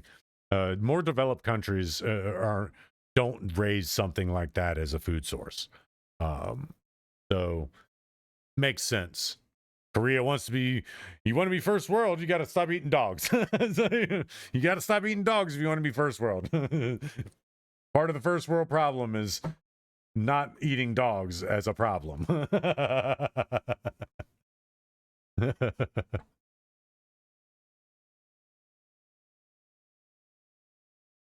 So back to this. Lift up this rock, the more you see it's not just a few bugs that were crawling around under there. I mean, like. Oh, you're good, man. I like talking to people, especially when I can converse about something that is enjoyable, and when you can parody some real world issues, knowing that they are still important issues. It makes communication and conversation that much more enjoyable. So I thank you. I thank you. I keep having to listen to make sure he's chewing on my TV, my broken TV, and not my carpet. Like, remember for a long time, who's on the list? Who isn't on the list? Yep. It's weird to see. That's what I was going to say. It's weird to see him, of all people, saying these things, even addressing these things. But then again, how old is this? How old is this? I don't know if this is recent. And Bill Maher is not really a guy who speaks objectively and non-objectively about something unless he has like some I don't know, underlying agenda or something he's trying to smooth over. He's a very agendavized person. He doesn't speak. It's hard to explain. Bill Maher used to be a guy you could semi-rely on for telling how it is. Donald Trump and the whole right versus left, blacks versus whites, Civil War commotion in America. He's kind of taken a stand against most things that are factual and truthful. He's more or less the person that you don't hear talking about something like Epstein files. And to hear him talking this way about him, something's wrong. Something is wrong. Email shows they The all world lied. is All these ending. people who Yeah. were saying all these, we were never mad, and we weren't there, didn't do anything. All lied. It's like Epstein Island. There is you go. Hooters, and the It's like, it's one of those things like in the United States, one of the most common things that drug dealers do to each other is call the cops on one another. Because if you get the cops and the house down the street in trouble, that leaves all the clients open for you. And it's kind of this, it's kind of how all that is. It's like if you, oh, I hear carpet. Hold on. This dude. It might not be carpet.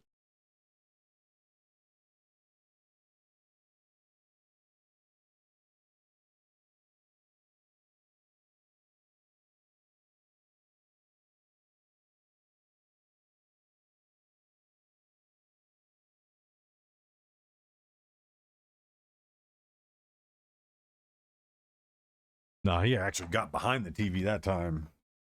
He said, dude wants, he really wants me to play with him. I'm usually already offline by now, because I did usually do my whole stream the latter part of the evening, and he's usually fine with it. But I've done a block today. I've done 2 blocks, and he's not okay with that. He hates when I do 2 blocks because I usually spend a couple hours playing with him. But I got done with my schoolwork early, and so I came back on stream early. Oh my god. Little white speck there. But yeah, I'm actually probably going to be going offline because I got to deal with him.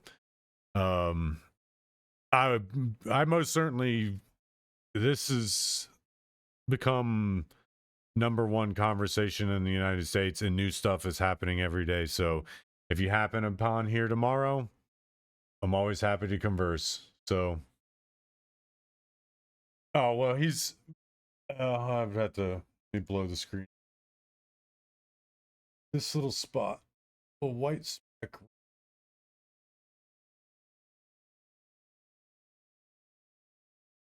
Kind of see him little moving around.